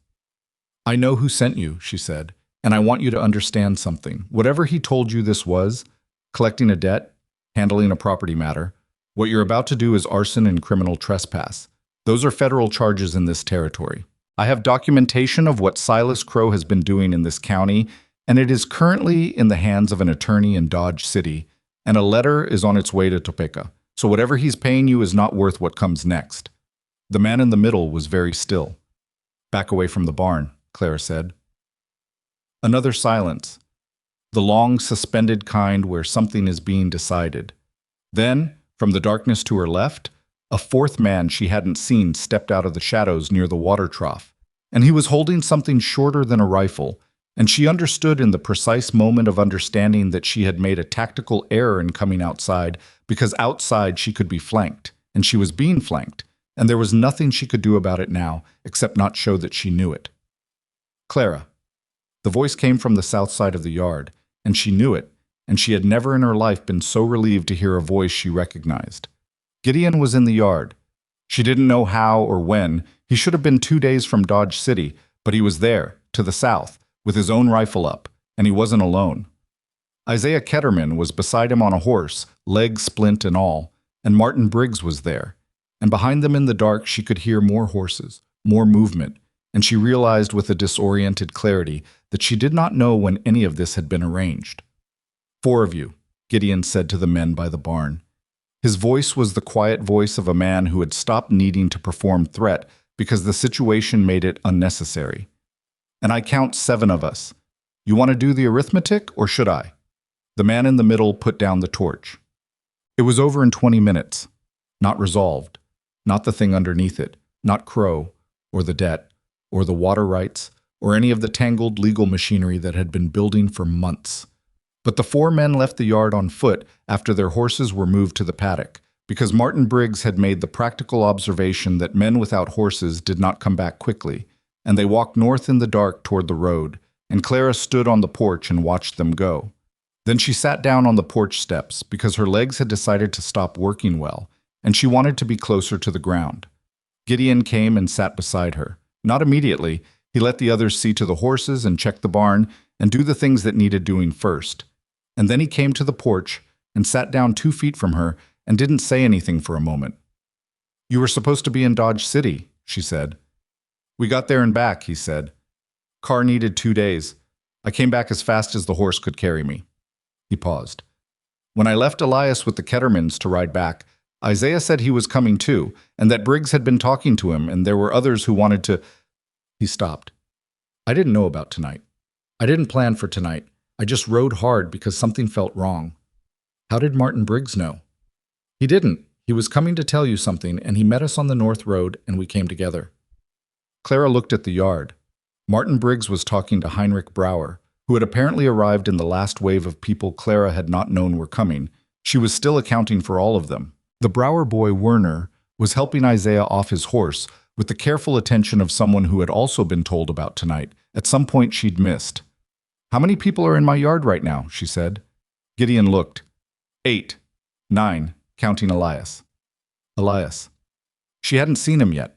She stood up and looked past the cluster of men and horses and found him standing near the paddock gate, watching the North Road where the 4 men had gone, his posture so much like his father's that it hit her sideways for a moment. The set of the shoulders, the weight on one hip, the way he held his stillness. She went to him. "You should be at the Kettermans," she said. "I rode back with Gideon," he said. He didn't look at her. "I wasn't going to stay there." "Elias, I'm the oldest," he said. "It's my family." She stood beside him and looked at the North Road. "Yes," she said. "It is." He exhaled. Something in him settled slightly, the way things settle when the right thing has been said, even a small right thing in the middle of a very large, difficult situation. They got the full story in pieces over the next hour, from various people who had seen various parts of it. Martin Briggs had come to tell Clara that he'd heard from a man in town, a reliable man, he said, someone who worked at the livery and noticed things, that 4 of Crow's hired hands had ridden out together late that afternoon with torches and empty flour sacks, which was not the gear you took on a cattle run or a fence repair. He'd been alarmed enough to ride out himself, and he'd met Gideon and the others on the road. Gideon had pushed his horse for 12 hours straight from the point where he'd decided to come back, changing mounts once at a trading post north of the county line. He'd reached the Ketterman place by evening and found Elias there, and Elias had refused to stay behind, and by the time they'd reached the Brauer farm to water the horses, Heinrich had insisted on coming, and Werner after him. It was not a plan. It was the accidental coalition of people moving toward the same point from different directions for different reasons, which was possibly the only way coalitions actually formed in practice. Clara went inside when the last of the outside business was settled and found Hannah standing in the hallway outside the back bedroom with her arms folded and an expression that said she had been standing there for some time and was waiting for a report. "It's over for tonight," Clara said. Hannah looked past her at the door. "Are we safe?" "Tonight, yes." Clara said it plainly because Hannah was 14 and deserved a plain answer. "Tomorrow we need to talk about what comes next, and it's going to be complicated, but tonight, yes." Hannah nodded once. Then she turned and opened the back bedroom door and said to the collection of children inside in a voice that was attempting calm and mostly achieving it, "Everything's all right. You can come out." The Ketterman girl, 9-year-old, freckled, had barely said a word since she'd arrived, came out first and went directly to her mother, who was just behind Hannah, and Margaret Ketterman sat down on the hallway floor right there and held her daughter with a completeness that was not about the hallway floor at all, but about 6 weeks of managing alone and being frightened and holding it all up anyway, and for a moment the whole hallway just held that without trying to move it along. Lily appeared at Clara's knee and held up her arms. Clara picked her up and Lily put her head on Clara's shoulder and was asleep again in approximately 4 minutes, which was the great mercy of small children, the capacity to collapse back into sleep when the emergency was declared over by a trusted person. Clara carried her back to bed. In the morning, Martin Briggs laid out what he knew about the court clerk. He had been thinking about what Clara had asked, about Arvid Holt, the name Isaiah had mentioned, and he had asked a few careful questions over the past 2 weeks, and what he'd found was that Holt had been processing mortgage default filings for Crow at speeds that were unusual for routine county business. Filings that should have taken 3 to 4 weeks to process were moving through in 10 days. Appeals from defaulting borrowers were being logged as received later than they'd actually arrived, which meant response deadlines looked missed when they hadn't been. "Can that be proven?" Clara said. "I have a man who will testify to the actual delivery dates of 2 filings, Briggs said. "He's the postmaster. He logs everything." Clara looked at Gideon, who had been sitting at the kitchen table through this whole conversation without interrupting, which was a quality she had come to appreciate about him. He understood when to hold still and listen. "Carr needs this," Clara said. "Today." "I'll write it," Gideon said. She looked at him. "You'll write it well?" "I spent 2 years writing survey reports for a land company," he said. "I know how to make facts legible." She pushed the pen and paper toward him, and he wrote, and she read it after and changed 2 things, and he didn't argue about either change. The response from Topeka came faster than she expected. 11 days after she'd sent the letter to the state attorney general's office, a man arrived at the ranch on a bay horse and introduced himself as Deputy Attorney Nathaniel Cross, sent from Topeka to investigate the allegations Clara had laid out. He was younger than she'd pictured from the title, 30, maybe 32, with the careful neutrality of someone who had been trained to arrive at situations without conclusions already formed, which she respected. He spent 3 days at the ranch. He interviewed Clara, Gideon, Isaiah Ketterman, Martin Briggs, Heinrich Brower, and the postmaster from Walnut Creek, whom Briggs brought out on the second day. He read every document in the leather satchel and several documents that Carr had forwarded from Dodge City. He was particularly interested in the Harmon deed and the water rights claim, and he spent a long time with the personal letter from the state land office employee, reading it 3 times. On the 3rd evening, he sat at Clara's kitchen table with a cup of coffee and said, "I want to be clear about what I can and cannot tell you at this stage." "Please," Clara said. "I can tell you that the water rights claim Mr. Crow filed is defective on its face, given the prior registered deed you've produced, and that the land office will be notified to suspend that claim pending formal review." He paused. "I can tell you that the conduct Mr. Holt has been engaged in at the county court is a serious matter and will be referred to the appropriate authority." Another pause. "I can tell you that the extortion of downstream water fees from families in this valley, if it can be demonstrated to have occurred as described, is criminal, and I intend to demonstrate it." "And Crow?" Clara said. Cross looked at his coffee. "Mr. Crow is a significant landowner with significant legal resources, and we will need to build a thorough case before any formal action can be taken against him personally. I want to be honest with you about that. This will take time." "How much time?" Gideon said from the doorway. "Months, possibly longer." Cross looked at Clara. "But in the immediate term, I can seek an injunction from the territorial court that prevents any enforcement of the acceleration clause in the Hale mortgage pending resolution of the larger investigation. That protects this property and the children in it while the rest is sorted through." Clara heard this and held it, and made sure she'd understood it correctly. "He can't move on the property while the investigation is active?" she said. "Not legally," Cross said. "And whatever else Mr. Crow is, he appears to have operated through legal mechanisms rather than outside them, which means the threat of losing those mechanisms is a significant deterrent." He looked at her steadily. "Last week's incident at your property, the men, the torches, if that can be tied to him, and I believe it can, it changes his calculus considerably. That is not the action of a man confident in his legal position." She thought about that for a while after Cross went to bed. The 4 men from that night had not given Crow's name when Gideon and the others had held them at the paddock gate. But Martin Briggs had recognized one of them as a man who had worked Crow's cattle the previous spring, and that was a thread, and threads pulled. Gideon came inside from checking the horses and sat down at the table. "What are you thinking?" he said. "I'm thinking about the families that have been paying water fees for 2 years, she said. "I'm thinking about how Cross gets to all of them before Crow does." "Cross seems competent." "Competent isn't the same as fast," she said. "Crow will know someone is asking questions within the week. He has ears in this county. Gideon was quiet. Then we need to get to the families first. Yes, she said, we do. She sent letters to every name on her list the next morning, 8 in all, each one carefully worded. Not alarming, not official sounding, just a neighbor asking a neighbor to come for supper on Saturday and bring whatever documents they had related to their land arrangements with anyone without specifying who. She was not going to make the mistake of announcing what she was doing before she had done it. 6 families came on Saturday. The kitchen table was inadequate for the number of people, and Clara moved everything to the yard where it was cold enough now to make the coat necessary, but where there was room for everyone. Heinrich and Emma Brower came with their children, a family named Parsons from the south end of the valley, quiet people who had been farming grain for 5 years, and who had signed a water fee arrangement that they'd understood to be a county assessment. A widow named Dearbale Flynn, who had a 40-acre parcel adjoining the Hale eastern boundary, and who turned out to have been paying the water fee longer than anyone else, 3 years, and who came with the financial records to prove every payment, laid out in meticulous columns in a small journal she kept inside her coat. Dearbale Flynn was approximately 60 years old and had the look of someone who had been underestimated consistently throughout her life and had developed a very particular relationship with that experience.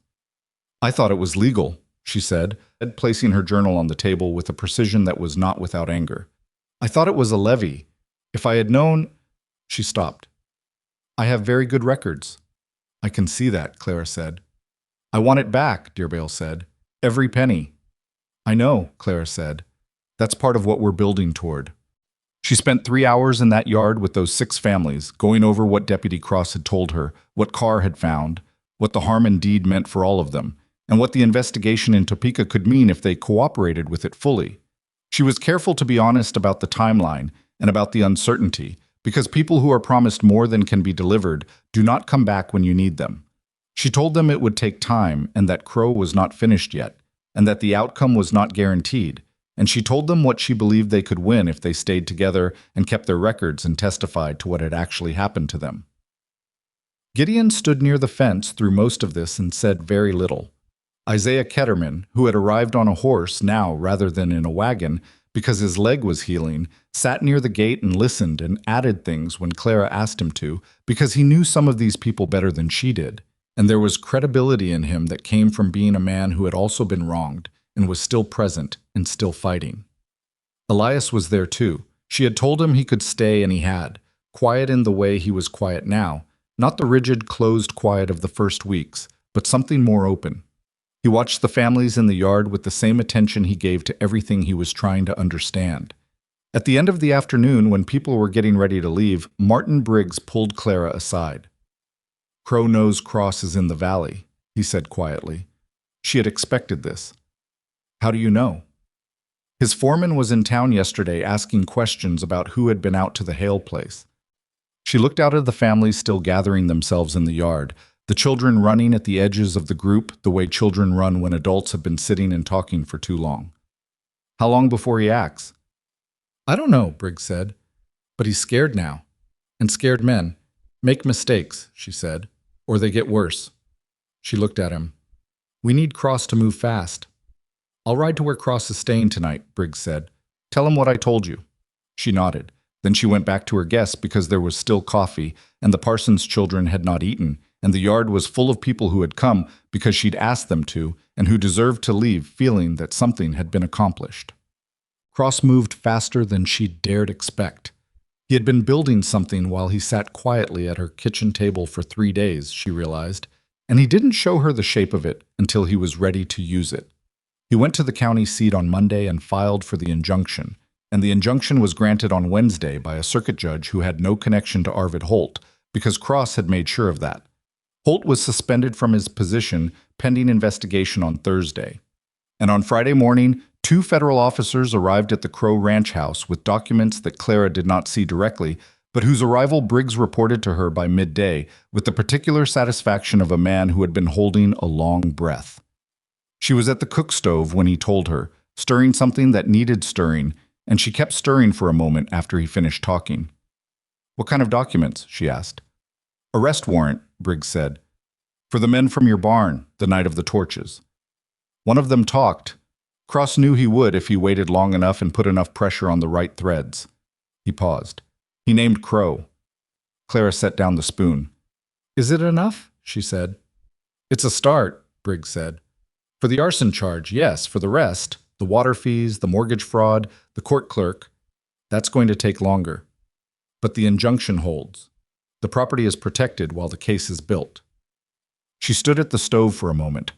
She thought about the night the four men had come across the yard with torches, and the horse moving in the paddock, and the sound she'd heard that had sent her to the rifle on the rack. She thought about 12 children in a back bedroom, and Hannah holding them there with nothing but her 14-year-old authority and the instruction Clara had given her. She thought about Gideon appearing in the dark from the south with Martin Briggs behind him, and not knowing how he knew to come. She picked up the spoon and went back to stirring. "Tell Cross," she said, "that Dearbale Flynn has 3 years of payment records in a journal she keeps inside her coat. He should interview her first." Briggs looked at her. "That woman wants her money back," Clara said, "and she's got the records to get it. That's your strongest secondary case right there." Briggs left, and Clara finished what she was cooking, and when Hannah came in from the garden with mud on her boots and the kind of color in her face that came from cold air and real work, Clara said, "Set the table. 15 minutes. Hannah looked at her. "Good news?"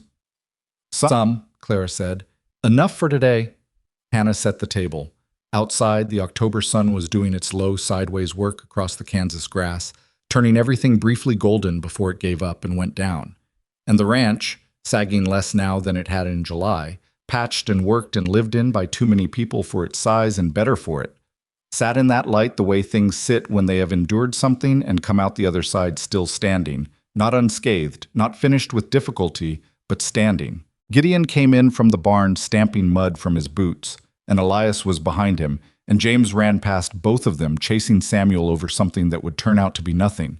And Lily called from the back room that she couldn't find her other shoe, and Ruth, in her wooden box that had been upgraded twice now as she grew, made the sound that meant she was awake and ready for the world's attention. Clara went to get Ruth. She lifted her, and Ruth grabbed her collar with both hands the way she always did, and Clara carried her to the window and showed her the last of the evening light on the grass. And Ruth looked at it with the full seriousness of a 6-month-old encountering beauty. And that was the moment Clara understood, not for the first time but more completely than she had before, that the thing she had built here was not temporary and was not accidental and was not going to stop being hers regardless of what came next in the legal proceedings or the long months of the case or whatever Silas Crow had left to throw at them. It was hers. Not the land. The land was complicated and would be complicated for months yet. But the rest of it. The table being set, and the boots at the door, and the missing shoe, and the children calling to each other through the walls of a house that had been falling apart when she arrived, and was not falling apart anymore. She kissed Ruth's forehead and turned away from the window and went to help get supper on the table. The case took 8 months. Clara had known it would take time. Cross had told her that plainly, and she had believed him. But knowing a thing and living inside it are different experiences, and the 8 months were not easy months.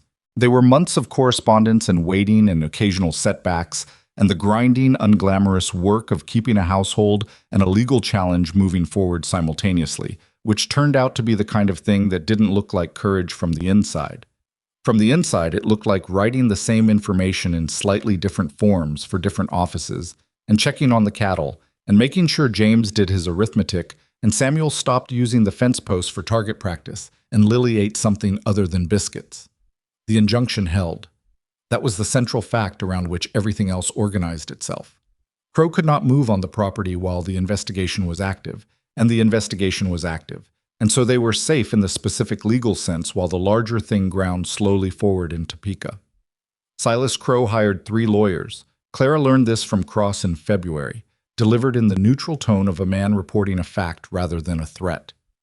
3 lawyers from Kansas City, expensive ones, which told her that Crow was frightened enough to spend seriously. Frightened men with resources were dangerous in particular ways. They fought differently than confident men, with more desperation and less consistency. And she filed that information away and made sure Carr and Dodge City knew it too. The water fee case was the first thing that broke. Dearbale Flynn's records turned out to be even better than Clara had anticipated. The woman had been keeping accounts since before the war, and her journal was a document of such meticulous clarity that Cross called it the most useful piece of evidence in the entire investigation. Cross told Clara this in March, in a letter that was more personal in tone than his previous communications, and she read it at the desk with a feeling that was partly satisfaction and partly something she couldn't name. The particular feeling of watching a person you'd read correctly turn out to be exactly as capable as you'd believed. Dearbhale got her money back in April. Not all of it. The proceedings didn't allow for full restitution at that stage, but enough to matter, enough to be real. And she rode out to the Hale Ranch the day the check cleared and sat in the kitchen with Clara and drank coffee and said, "I want you to know that I am not a woman who cries easily." "I know," Clara said. "I'm just saying," Dearbhale said and drank her coffee. The Parsons family and the Browers received their restitution in May. By then the county clerk situation had been resolved. Arvid Holt had resigned rather than face formal proceedings. And the man who replaced him had no connection to Crow's operation, which meant filings moved at their actual pace rather than Crow's preferred pace. Crow's 3 lawyers succeeded in slowing the mortgage fraud case considerably, which was frustrating but not surprising. They introduced procedural challenges that 8 weeks. They disputed the interpretation of the acceleration clause on technical grounds that required Carr and Cross to prepare extensive responses. They contested the relevance of the harm indeed on the basis of a surveying irregularity from the original 1851 filing, which sent Gideon back to Dodge City for a week in March, with a supplementary affidavit from a surveying firm that cost money. Clara didn't have easily available and paid anyway because some costs were not optional, but the arson charge was simpler because one of the 4 men had named Crow, and that man was willing to testify, and testimony from an actual participant in an actual crime was not something that 3 Kansas City lawyers could make procedurally complicated enough to survive. Crow was arraigned in federal court in June. The proceeding was covered in the Kansas City paper under a headline that Clara read at the desk on a Tuesday morning while Ruth sat on her lap grabbing at the edges of the paper. And what she felt reading it was not triumph, because triumph implied an endpoint, and this was not an endpoint, just a significant turn in a long road. Gideon read it over her shoulder. "How do you feel?" he said. "Tired," she said, "and glad." "That seems right," he said. The mortgage was restructured in July. Not eliminated, the debt was real and had always been real, and Clara had never expected it to disappear. But with the original mortgage instrument under legal scrutiny and Crow's ability to enforce it compromised by his own conduct, Carr had negotiated a restructuring through the county court that reset the terms to something a working ranch could manage over time. The acceleration clause was voided. The interest rate was adjusted. The remaining principal was extended over 12 years at terms that were not comfortable but were survivable. Clara signed the restructuring agreement on a Wednesday afternoon in Carr's Dodge City office, with Gideon beside her and Elias standing near the window because he'd insisted on coming and she hadn't argued. The attorney notarized the document and pushed it back across the desk. "Congratulations," he said, with the measured warmth of a man who had worked on enough of these cases to understand what they actually cost. This one was worth fighting. "Yes," Clara said, "it was."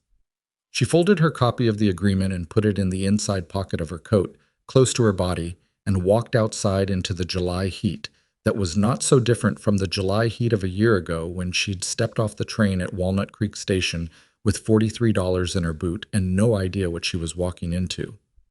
Elias was beside her on the street, squinting in the sun. "Is it done?" he said. "That part is," she said. He nodded slowly. He was 13 now, had been for 2 months, and the year had done something to his face that was not aging exactly. He hadn't lost the boy in it, but there was more resolution there, more settled certainty about who he was. He'd grown 3 inches since July. He'd learned to keep the cattle accounts, not because Clara had insisted, but because he'd picked up the ledger one evening and started and kept going. "Are you glad you stayed?" he asked. He said it looking straight ahead, the way he asked things that mattered. She looked at the street, at the ordinary business of a Kansas town on a Wednesday afternoon, people moving with their own purposes, their own weight, their own private urgencies. "Yes," she said, "from about the second day." He glanced at her sideways. "You seemed certain from the first night." "I was not certain," she said. "I was decided. Those are different things." He thought about that. "What's the difference?" "Certain is when you know the outcome," she said. Decided is when you choose to move forward without knowing it. He was quiet for a moment. Then he said, "Is that what you tell yourself when things are bad?" "It's what I tell myself when things are hard," she said. "Bad is different. When things are bad, you just get through them and figure out the lesson after." He almost smiled. It was a real almost smile, not the guarded version he'd started with. "That sounds like something Papa would say." "Then your father was a sensible man," Clara said. They stood there for another minute in the July heat, and then Gideon came out of the office behind them, and the three of them walked back to where the horses were tied and the road home was waiting. Gideon asked her in August. Not with ceremony, not in any planned or staged way. They were sitting on the porch after the children were in bed. This had become their habit over the months, the quiet end of the day, when the house settled and they could talk without managing anyone. And they had been talking about the south pasture, which needed attention, and the conversation had gone quiet in the comfortable way it went quiet now, no longer the careful quiet of two people not yet sure of each other. He said, "Clara." She looked at him. "I've been trying to think of the right way to say this," he said, "and I don't think there is one, so I'm going to say it plainly." "All right," she said. "I want to marry you," he said, "not because of the ranch or the children, or because it makes practical sense, though it does. Because I don't want to be somewhere else. I've spent 12 years being somewhere else when I should have been here, and I'm done with that. And what I want, what I actually want, when I'm being honest with myself, is to be here, and for you to be here, and for that to be the arrangement we choose on purpose rather than the one we've fallen into by necessity." The porch was very quiet. Somewhere in the dark, a cricket had opinions. Clara looked at her hands. She thought about the train from St. Louis. The letter she'd read so many times, the fold lines went soft. 11 exchanges with a man she'd never met, who had died before she arrived, who had left her in an impossible situation that had turned out to contain everything she hadn't known she was missing. She thought about Lily asking in the dark, "Are you going to leave?"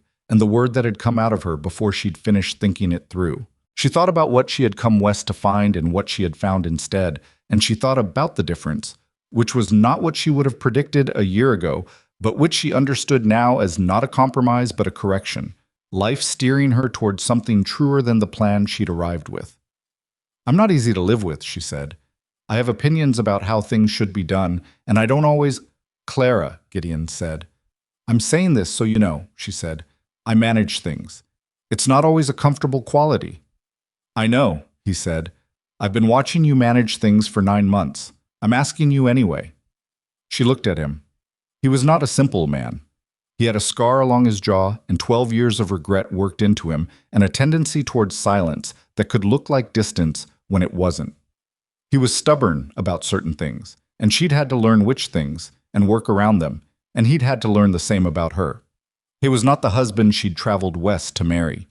He was the one she'd met in the middle of something genuinely difficult and discovered she could stand beside and not feel diminished by and trust, which was not nothing, which was, she had come to understand, almost everything. "Yes," she said. He exhaled. She hadn't realized he'd been holding his breath. "All right," he said. Quiet, but his voice had something in it. "All right," she said. They sat on the porch a while longer in the August dark, not differently than they'd been sitting before, except that they were different, and the dark and the cricket and the ranch around them were the same as they'd always been, indifferent to human arrangements, and that indifference was its own kind of comfort. The world was very large and had seen many people decide things on porches, and had continued regardless, and would continue regardless. And in the meantime, here were two people choosing something on purpose. They were married in September, in the yard of the ranch, because the house was too small, and the valley had apparently decided this was a community event, whether or not Clara had planned for it to be one. 14 families came. Deerpale Flynn brought an apple cake that she placed on the table with the same precision she brought to her financial records. Heinrich and Emma Brower came with all their children, and Emma cried at the appropriate moment with the openness of someone from a culture that didn't find public emotion embarrassing. The Kettermans came, Isaiah walking without the splint now, his leg healed to something functional, if not perfect, a slight hitch in his gait that would probably stay with him. Martin Briggs was there. He shook Gideon's hand for a long time and didn't say much, which was how Martin Briggs expressed the things that mattered to him. Elias stood at Gideon's side through the ceremony, not because anyone had told him to. He'd placed himself there that morning and stayed. And when Gideon noticed, he didn't comment on it, and Elias didn't explain it, and that was the whole of the conversation they needed to have about it. Hannah had made the dress.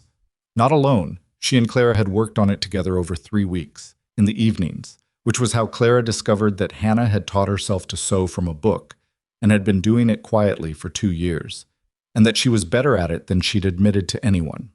The dress was simple because Clara was not a woman who wanted complicated things, and Hannah had understood this without being told. Thomas carried Ruth through the ceremony. Ruth was 10 months old and extremely interested in everything around her and needed to be continuously redirected from grabbing at whatever was nearest, which Thomas managed with the patient competence of someone who had been her primary protector since she was 4 months old and considered this a serious, ongoing responsibility. James and Samuel had been told to behave and had interpreted this as a challenge. They behaved in the specific sense of not actively causing disruption, while maintaining throughout the ceremony an air of suppressed energy that suggested they had plans for immediately after. Lily stood beside Clara and held her hand through the whole thing and afterward said, very seriously, "Now you're really staying." "I was already really staying," Clara said. "I know," Lily said. "But now it's official." Whoop. Silas Crow's trial concluded in November. He was convicted on the arson charge and 2 counts of fraudulent misrepresentation in land dealings and sentenced to 4 years in federal prison. The water fee fraud added 18 months. His land holdings were subject to a separate civil proceeding that would take another year to fully resolve, but the practical result was that his operation in Barton County was dismantled.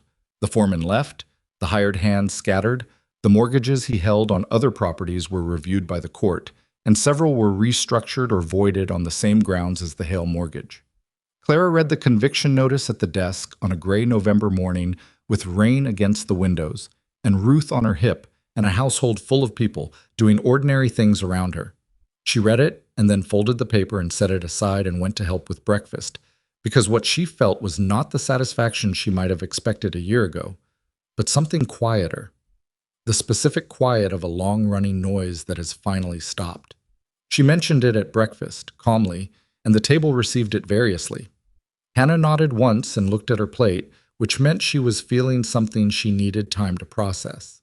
Thomas said "good" in the flat tone of someone who had finished a thing in his mind and was ready to move on.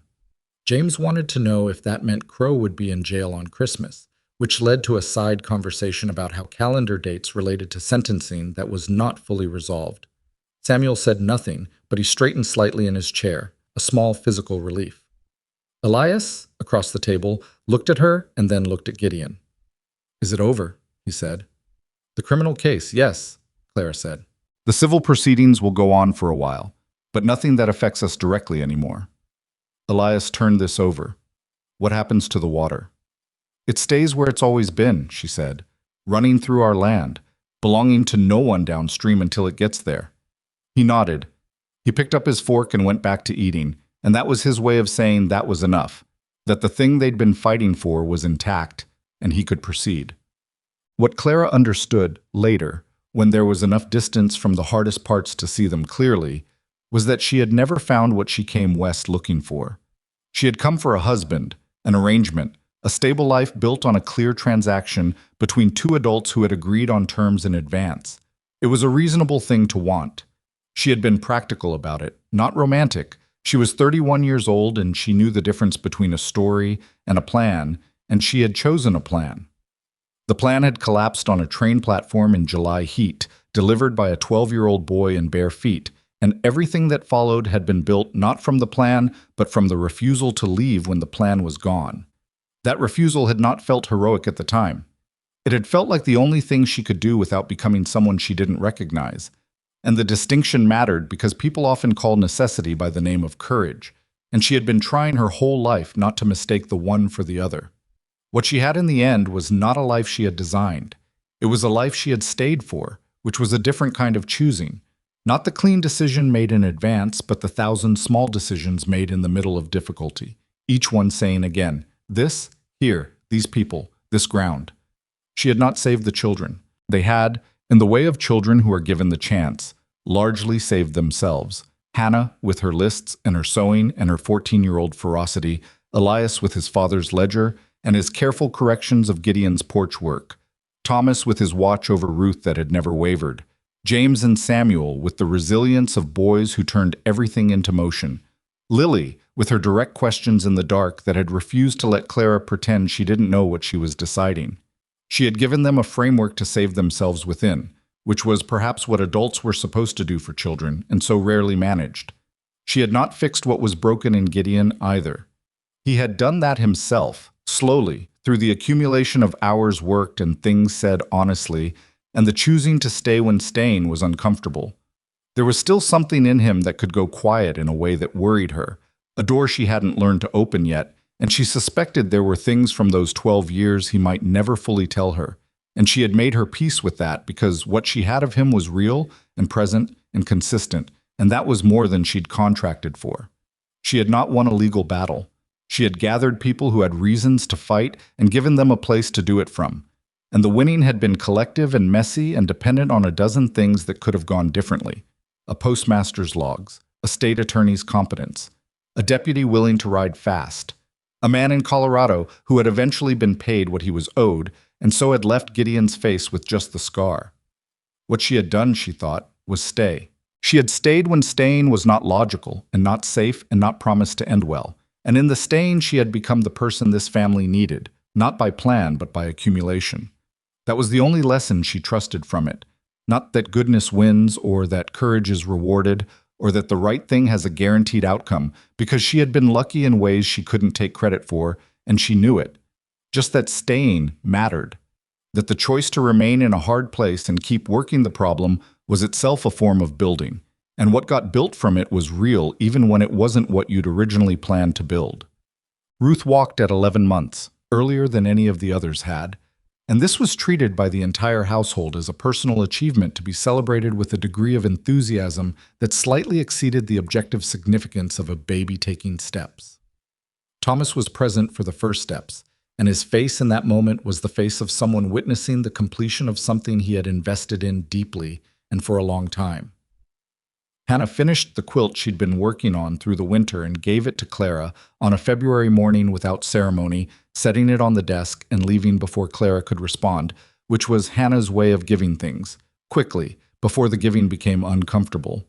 The quilt was meticulous and warm and not quite symmetrical in one corner, which made it more beautiful than a perfect quilt would have been.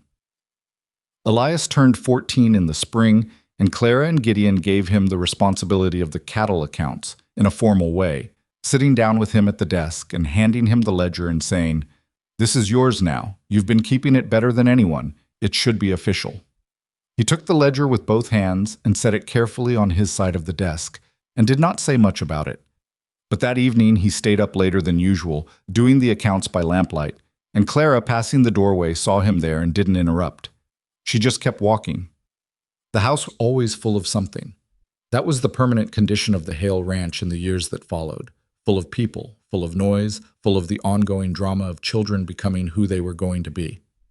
James developed a talent for horses that turned practical and then exceptional. Samuel found mathematics at 12 and became absorbed in it with an intensity that suggested a mind that had found its proper use. Lily grew into someone of such clear-eyed directness that she routinely said the thing everyone else was thinking but not saying. And this quality could be inconvenient, but it was also, Clara thought, exactly what the world needed more of.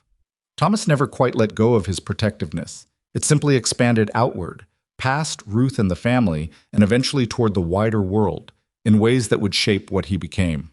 Ruth herself grew into someone with an entirely different quality of attention, slower and more thorough, the kind of person who noticed what everyone else had walked past.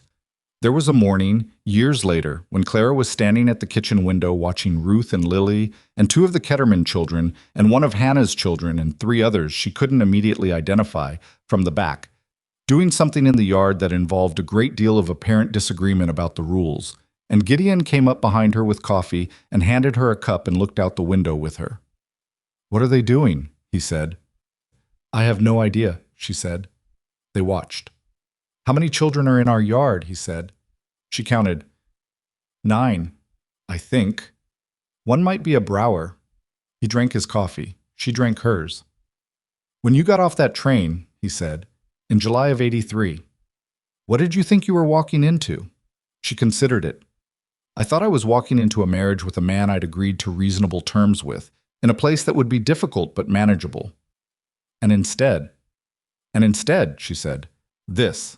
She gestured at the window, at the 9 children, or possibly 10, at the yard that had been repaired and then expanded and was currently in the process of having a new fence installed by Elias and his 16-year-old judgment about what needed doing. At the ranch that was 320 acres of paid-down land under a sky that was doing its October thing, blue and enormous and indifferent in the specific way she had come to love. Indifferent meaning it asked nothing of her, offered nothing, stood witness without judgment. Just the sky and the land and the people who had chosen to stay on it. Better?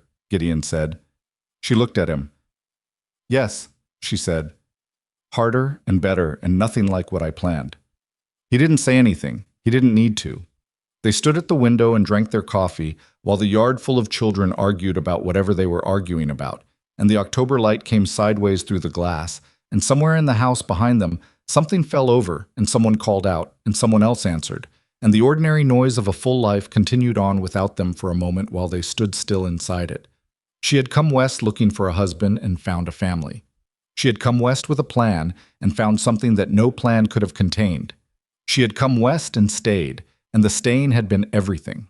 Not because the staying was easy, it never had been, and the years that followed had their own difficult seasons, their own things that broke and had to be fixed, their own nights when the problem felt bigger than the resources available to address it. But because the staying was real, and what was built from it was real, and the people around that kitchen table and in that yard and in the rooms of that house that no longer sagged were real, and she was real among them, not the woman she'd planned to become when she answered an advertisement in a Missouri newspaper, but someone she recognized as more completely herself than that woman would have been. That was the thing she would have said if anyone had asked her what the lesson was. Not that love conquers difficulty, not that the right choice is always clear, not that good people are always protected from harm, just that the greatest things in a life are rarely the things you planned for. They are the things you stayed for, in the places you almost left, with the people who needed you in ways you hadn't anticipated, and who, without meaning to and without formal agreement, became yours. The house stood. The water ran east. The children grew.